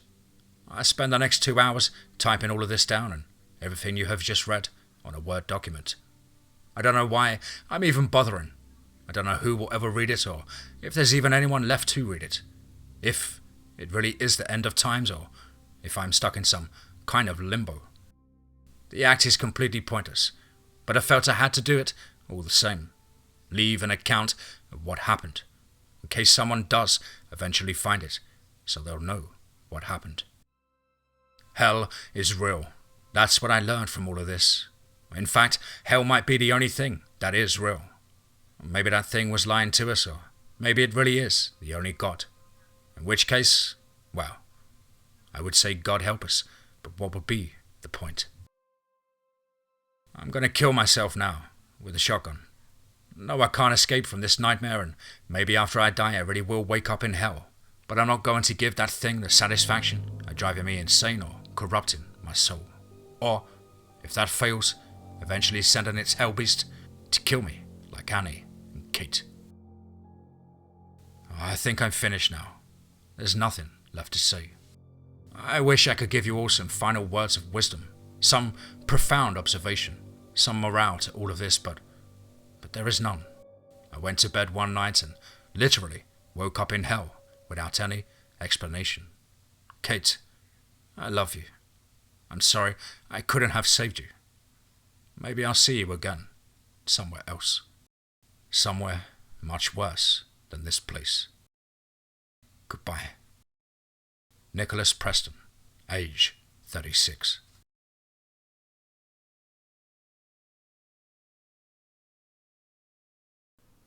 I'm trapped in my house. Something is in here with me. I think I'm in hell. Part 11. Let's get straight into that. I put the barrel of the shotgun in my mouth and pulled the trigger. I didn't hear the blast. Everything just went black. I awoke to the sound of birds chirping and someone kissing me on the cheek. I opened my eyes. Kate was crouched over me, her beautiful face like that of an angel's, radiant in bright spring sunlight that filled the bedroom. Sunlight. Kate! Good morning, she told me with a gentle smile. I just stared at her in stark amazement. I couldn't believe what I was seeing. Her smile turned to a frown of concern at my shocked expression. "Nick? Are you alright? What's wrong?" "Are you real?" I croaked out. "What are you talking about?" She looked bemused. "Of course I'm real." Her look of concern returned. "Nick, what's wrong? Do you want me to call a doctor?" I didn't answer her. I sat up, discombobulated, looking around the room. I glanced at the clock, 10:13 a.m., and I turned back to Kate. "What day is it?" "What? What do you—" "Just tell me. What day is it?" I demanded urgently. "Saturday, April 4th. Nick, what's the matter with you?" I didn't know what to say to her. I broke down suddenly in tears, weeping with a sensation of relief and joy, so overwhelming it was almost orgasmic. And she looked at me, a little frightened now. I wiped tears away from my eyes and looked at her, giving her a reassuring smile. "I'm alright." I exhaled heavily.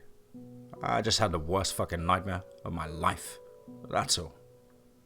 And she relaxed a little. "What was it about?" she asked. I looked into her questioning face and mentally debated what I should tell her. Part of me wanted to tell her everything that happened, but I didn't want to relive that horror by recounting it to her in detail. I could already feel it beginning to fade from memory, receding into the depths of my subconscious, as even the worst nightmares are prone to do in the bright, logical light of the waking world. Instead, I simply told her, "I dreamed you were dead." And she looked a little touched by my concern, and then she smiled at me. "Well, I'm not, so don't think about it anymore. I'm right here, right now." And she hugged me, and abruptly I kissed her passionately. I probably would have made love to her right then and there, if I wasn't still so rattled from my dream. I uttered a shaky laugh. Christ, it was so goddamn realistic. I never had a dream like that before in my life. "Maybe you shouldn't drink so soon before you go to bed," she suggested. "Yeah, that's probably not a bad idea." And she frowned again, looking uneasy. She turned away from me for a moment. Now it was my turn to be concerned. "What is it?" I asked her. Her eyes looked back to mine, and then darted away again, evasively. I was starting to get worried. "Kate?" She seemed to be debating with herself if she should tell me, and finally, with a resigned sigh, she said, "Well, I have a little secret I've been keeping from you." "What?" "I wasn't sure how I was going to break it to you, but since you had such a horrible dream about me, I figure maybe this will cheer you up a bit." And she leaned close to me, looking me directly in the face. "Nick, I'm pregnant." And I stared at her, stunned. "Pregnant?" "Yes." I couldn't believe it. My mind was spinning. We had been trying so long, trying for years. I had just about been resigned to give up now that we were in our mid-30s, and there was some question as to whether pregnancy was still a viable option. "How far along?" I asked her. "About 2 months. I've known about 3 weeks." I embraced her, laughing a little.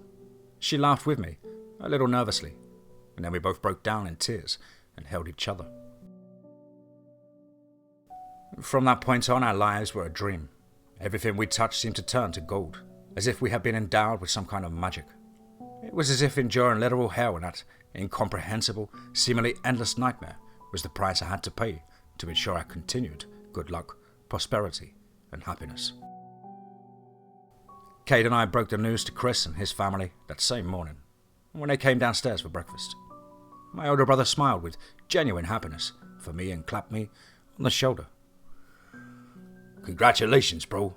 I was wondering when you two were going to make me an uncle." I hugged him. Kate and I had regular meetings with the OBGYN during the next few months. He monitored her pregnancy carefully, warning us of potential complications and risks women face when experiencing pregnancy past the age of 35, but it was all for nothing. Kate's delivery went smoothly and without problems, and our child was born at 7:37 p.m. on November 7th, 2020. A girl weighing 7 pounds and 2 ounces. We named her Vanessa Clarice Preston, after Kate's great aunt Vanessa and my maternal grandmother Clarice. Things only kept getting better for us. I got promoted at the tech firm I worked for.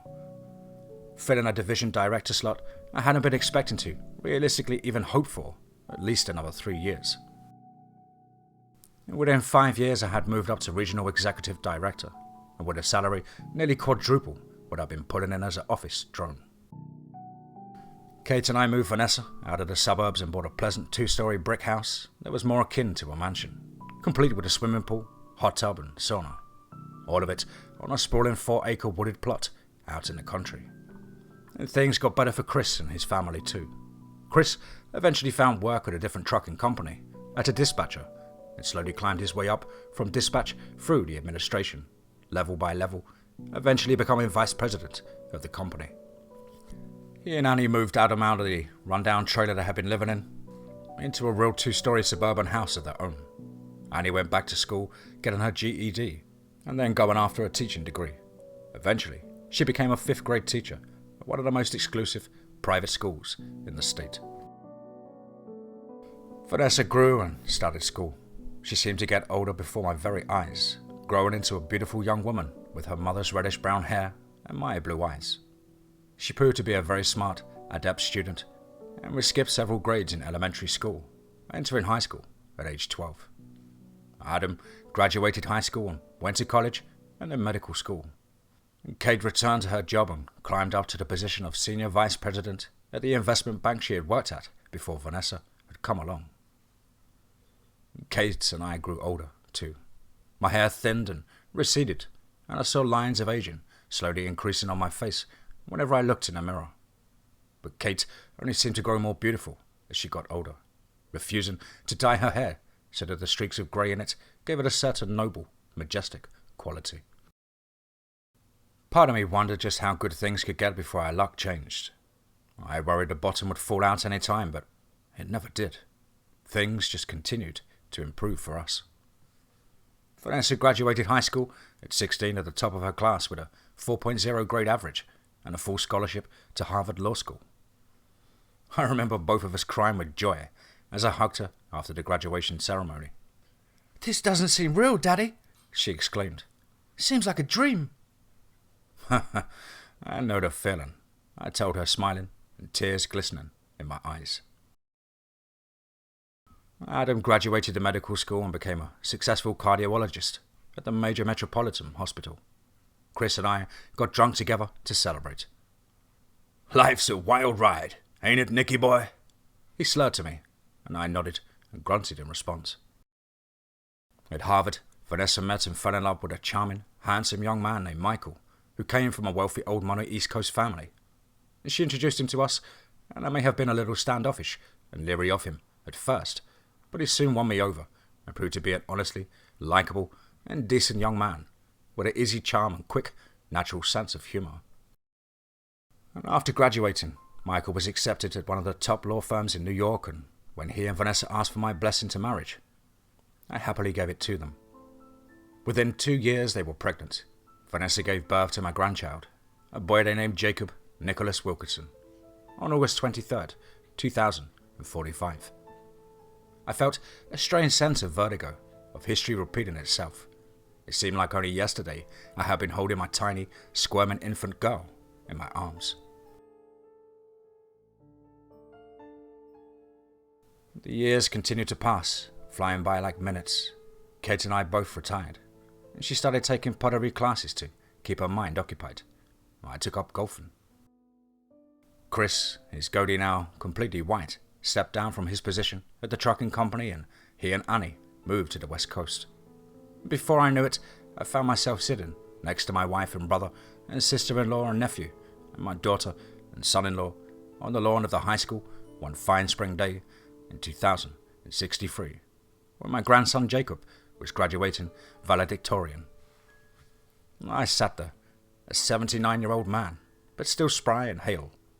And what little hair I still had, now white, and filling tears in my eyes as I reflected upon my life and how quickly it had seemed to pass by. And Chris had been right. Life was a wild ride. And the crowd applauded as the principal called out his name, and Jacob, a handsome young man in his blue robe, his cap covering his brown hair, the same shade I had once had, stepped across the stage to the podium to make his valedictorian speech, the banner reading Class of '63 behind him. I turned to Kate and smiled at her, a little sadly, and she smiled back, tears welling in her own eyes, and squeezed my hand. I looked back up at Jacob, and my smile slowly faded as he began to speak, addressing the crowd.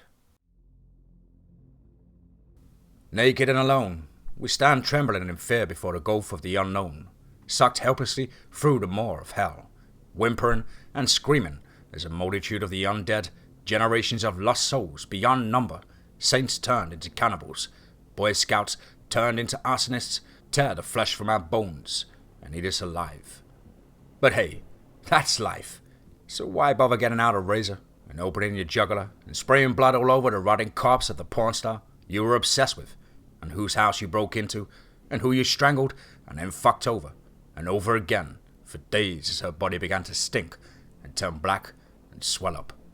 Why bother getting out the handgun you stole off the body of the police officer you deliberately ran down in the street, with the school bus you hijacked, and blowing your brains out on the kitchen table as the kids played outside, and join a terrorist group and plan to detonate a nuclear device in Disney World?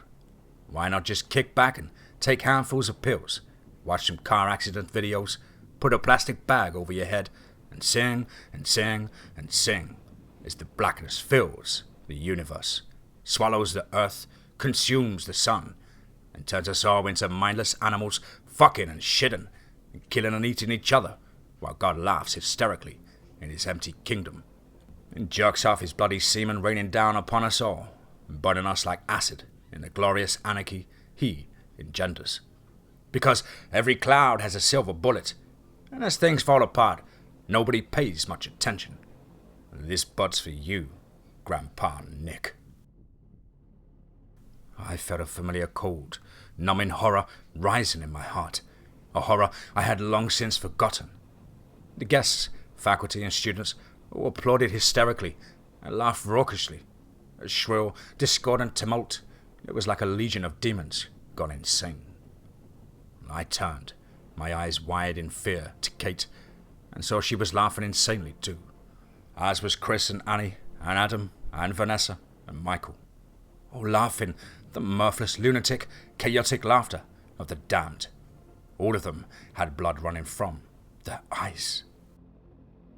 I looked back to the stage and saw Jacob's eyes were also bleeding, and he was grinning, a terrifying wide-mouthed, tooth-bearing rictus that looked more like a grimace of agony or fear.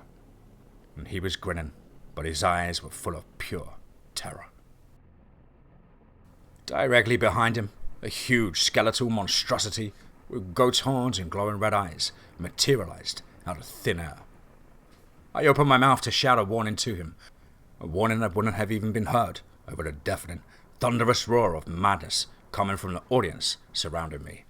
But before I could, the beast roared and drove one taloned hand through my grandson's back. Its hand tore through him and emerged out of his chest, clutching his bloody, still beaten heart. And I began to scream, my screams drowned out in the insane laughter.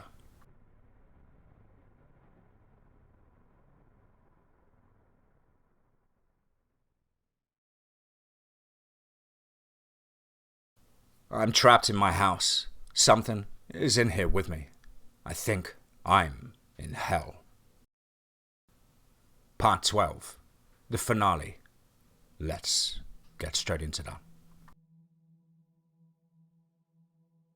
I drifted slowly up from the black depths of oblivion back to the state of consciousness. My head hurt. I felt nauseous. Distantly, I could hear an electronic beeping, slow and steady and measured. And there was something covering my lower face. I opened my eyes and looked blearily around, confused. I was in a bed in what I immediately identified as a hospital room. The thing covering my nose and mouth was an oxygen mask. The beeping was coming from an electrocardiogram machine that I was hooked up to. And there was a young woman in a nurse's uniform sitting in a chair beside me, reading an issue of People magazine. She didn't notice I was awake for several minutes. When she did, she jumped up, reacting with surprise. "Oh God, you're awake! Oh, that's great. We weren't sure of you." She trailed off. "Well, let me get the doctor." She pushed a call button on the wall. I tried to ask her what was going on, why I was here, what had happened. More importantly, where was my wife? But my voice was hoarse and muffled by the oxygen mask. A couple of minutes later, a man in a doctor's white coat entered the room. He was older than me, probably mid-40s, but still had a young, boyish face. He was also startled to see me conscious.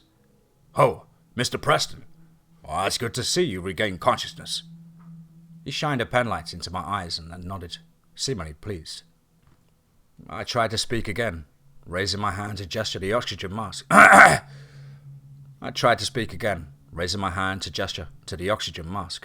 I noticed there was an IV line running from my elbow, taped in place. "Do you feel like you can breathe without the mask?" the doctor asked me. I nodded eagerly. He gave the nurse a look and she removed the mask.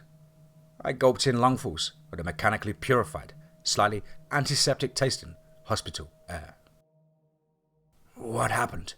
I said in a faint, wheezy voice. My throat felt dried out. "You're in hospital, Mr. Preston," he said, as if that wasn't already obvious. "An intensive care unit. You've been here for a week. You've been in a coma that entire time." "Kate," I choked out. "My wife. Kate, where is she?" I saw the doctor's professionally neutral expression change subtly, become slightly guarded and wary. "We can discuss that later, Mr. Preston. Right now we—" "No!" I cut him off, raising my voice to a shout that startled all three of us. "Tell me now! God damn it! Where is she?" The doctor exchanged a troubled glance with the nurse. I saw a pained look quickly pass his eyes, and he sighed, relenting. I already knew what he was going to say. "She's dead, Mr. Preston. I am sorry. Your brother and his wife and son are dead too." The nurse gave me a sympathetic look before lowering her head. And I closed my eyes and began to weep, softly, almost soundlessly. The doctor asked me some questions. My full name, age, date of birth, occupation. What I remember before waking up in hospital, seeming to assess my answers, gauge my responses. I answered them dully, not really paying attention. He seemed satisfied. They left me not long after. I lay there in bed, weeping, grieving, trying to make sense of it all. I had experienced an eternity in hell, only to be reborn in a perfect, ideal version of my life. A life I had lived in full in just a week's time. And now my wife was dead. For real, this time. There would be no sweet kiss to awaken me on a bright spring morning. No pregnancy announcement. No Vanessa. No house out in the country. Or daughter with a 4.0 grade average. No Harvard Law School. No son-in-law named Michael. No Jacob. Nothing. It had all been a fucking dream. Everything had been a dream.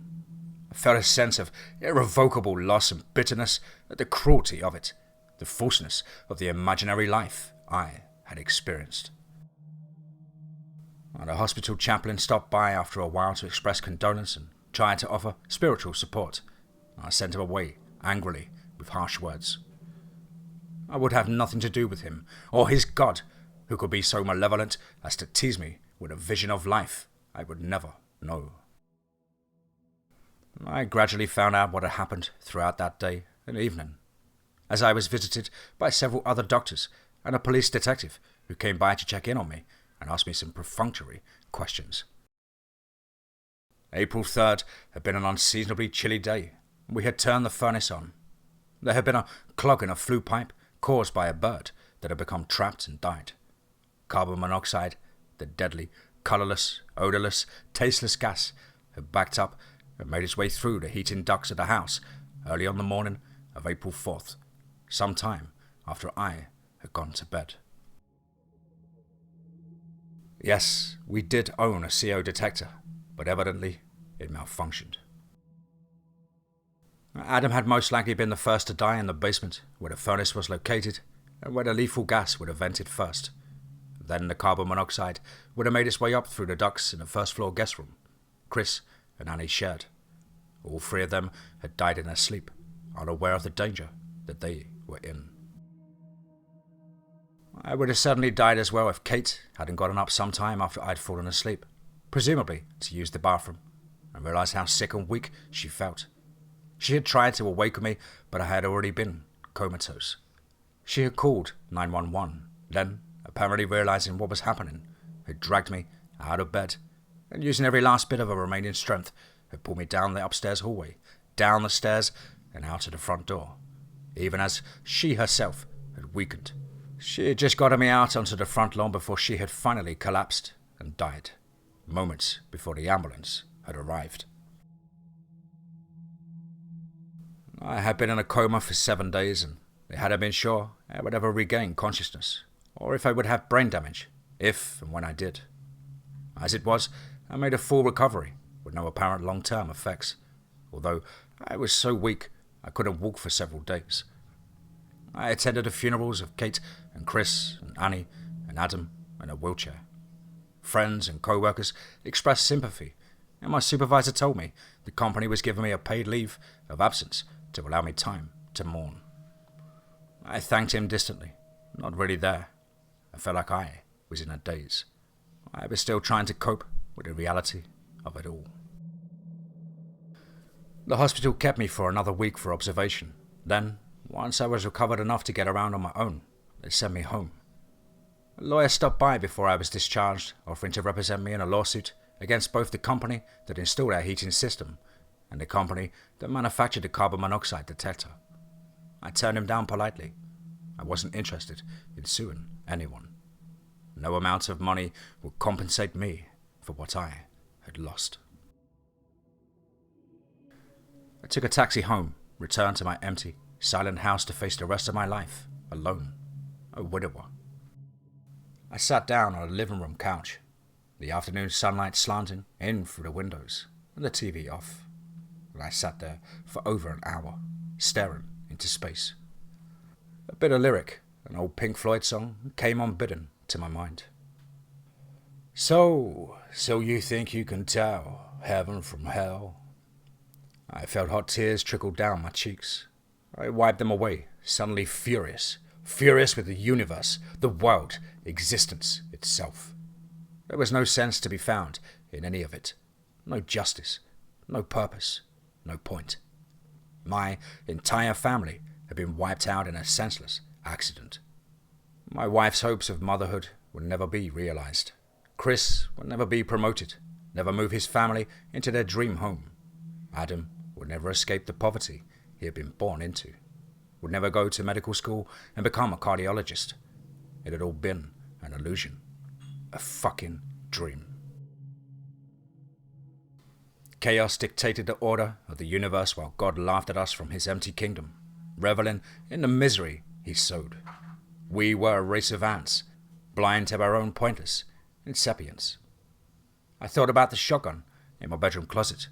I toyed with the idea of getting it out and loading one shell and ending it right then and there, blasting off away from this shit planet of pain and suffering, off into the great unknown. I forced those thoughts out of my head. I realized I was hungry. I didn't feel like cooking, so I decided to order a pizza. I had just taken out my phone and was starting to dial the number for our usual pizza place when a thought came to me. I stood up and went to my laptop. There was something I had to know. Something nagging at the back of my mind. I opened my laptop, turned it on, and felt my blood turn to ice water. I felt as if I had been gut punched. I couldn't breathe for a moment, and I began to shudder. There was a Word document open on the screen. A Word document titled, "I'm trapped in my house. Something is in here with me. I think I'm in hell." It was the document I had written before blowing my brains out in that nightmare I had experienced while in a coma. A nightmare that hadn't been a nightmare at all, I now realized. It had been real. Somehow, in some way, it had all been real. I never did return to work. Eventually, the firm called to notify me of my termination. I didn't care. What was the point? I get by on unemployment, plus the money I collected from Kate's life insurance. I don't go out much. Mostly, I stay inside. I've become something of a recluse. I drive into town once a week for food and whiskey. A lot of whiskey. And people look at me when I go into the store, taking note of my disheveled, unshaven appearance. They whisper about me to each other. I don't care. I know I've developed a reputation for being a neighborhood hermit. My lawn is thick and overgrown because I don't mow it, and the inside of my house, it's a mess because I don't clean up after myself anymore. I've taken to drinking heavily at night, and sometimes even during the day. It's the only way I can get some sleep. The whiskey can't protect me from the nightmares, though. Horrible, vivid nightmares, unlike any I've ever experienced before that fateful morning back in early April. In the one I most clearly remember, upon awakening, I see Kate and Chris and Annie and Adam writhing in a black, lightless void, alternatively laughing and screaming at the top of their lungs. They beckon for me to join them, and sometimes I wake up and think I can faintly hear or make out a horrible, inhuman voice whispering, "Come join us, fuck and kill and torture and scream and laugh forever in this beautiful chaos, this beautiful hell." In another, I awaken to the sound of birds chirping outside my window and the feel of the warm spring sun on my skin. I can feel someone kissing me tenderly on my cheek. I open my eyes and see Kate's headless corpse standing beside the bed, holding her mangled, misshapen head face to face with me, and Kate's head smiles at me. "Good morning," it tells me sweetly, in a deep, distorted voice of a demon. I wake up from this nightmare, screaming. I drift through my days in my own private limbo, neither alive or dead, just existing. Sometimes, the endless silence of solitude makes me feel like I'm losing my mind, if I haven't already. I would kill myself, except I'm terrified of where I might awaken next if I did so. Again. Part of me is paranoid, wondering if even now I'm really awake and back in reality, or if all of this might be just another trick. Or there's no way for me to distinguish what's real and what isn't, not anymore. That lifetime I experienced in a week, I lay unconscious, was just as vivid and tangible and realistic as the life I'm experiencing now. Every time I turn on the TV, whether I'm watching the news or a sitcom or a talk show or a movie, I feel a sense of dread. A part of me fearing that at some point the people talking on screen are going to start to change, their dialogue suddenly lapsing into that frightening, warped, disjointed rambling I remembered so well. Their eyes beginning to bleed, the action becoming twisted and deranged. Even if I am back in the real world, I'm still terrified of what awaits me after death. Most of all, I fear that some morning I'm going to wake up and find the sun hasn't risen, and when I turn to the window, all I will see is a blackness outside. Unending blackness. Hell is the impossibility of reason. Oliver Stone.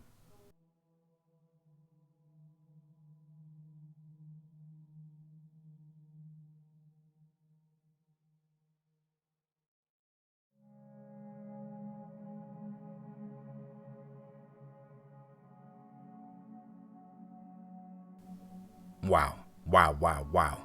Certainly another one. Wow. What an absolutely twisted, deranged and exciting, refreshing series this has been from my good friend, CarlB1961. Going to create a playlist of Carl's incredible stories that I'm sure you guys can definitely sink your teeth into if you haven't done already. Big thank you, Carl, as always. You know how much we appreciate your input and support. I really do get so excited when I see you've uploaded a brand new story. Can't wait for the next one. Well, guys and girls, you know the drill here. As ever, please do let me know what you thought down below in the comments box. Please do like and share. It really does help with the channel and our community further. Why not hashtag TeamFEAR and DMT's Cryptid Crew. As we say in the East End, if you think you've got the minerals to pen the next big hit, or just want to have a crack at things like myself, then please do get in touch with me at the brand new contact email, which is as on screen. contactthedeadone@gmail.com. I really look forward to hearing from you. I hope everybody's doing well this week, getting stuck in and taking a fight back to life, reaching for greatness and settling for nothing less. Whatever it is that you do, I hope you're enjoying it and you're keeping fit and focused. But above all, guys, remember, be safe, not sorry.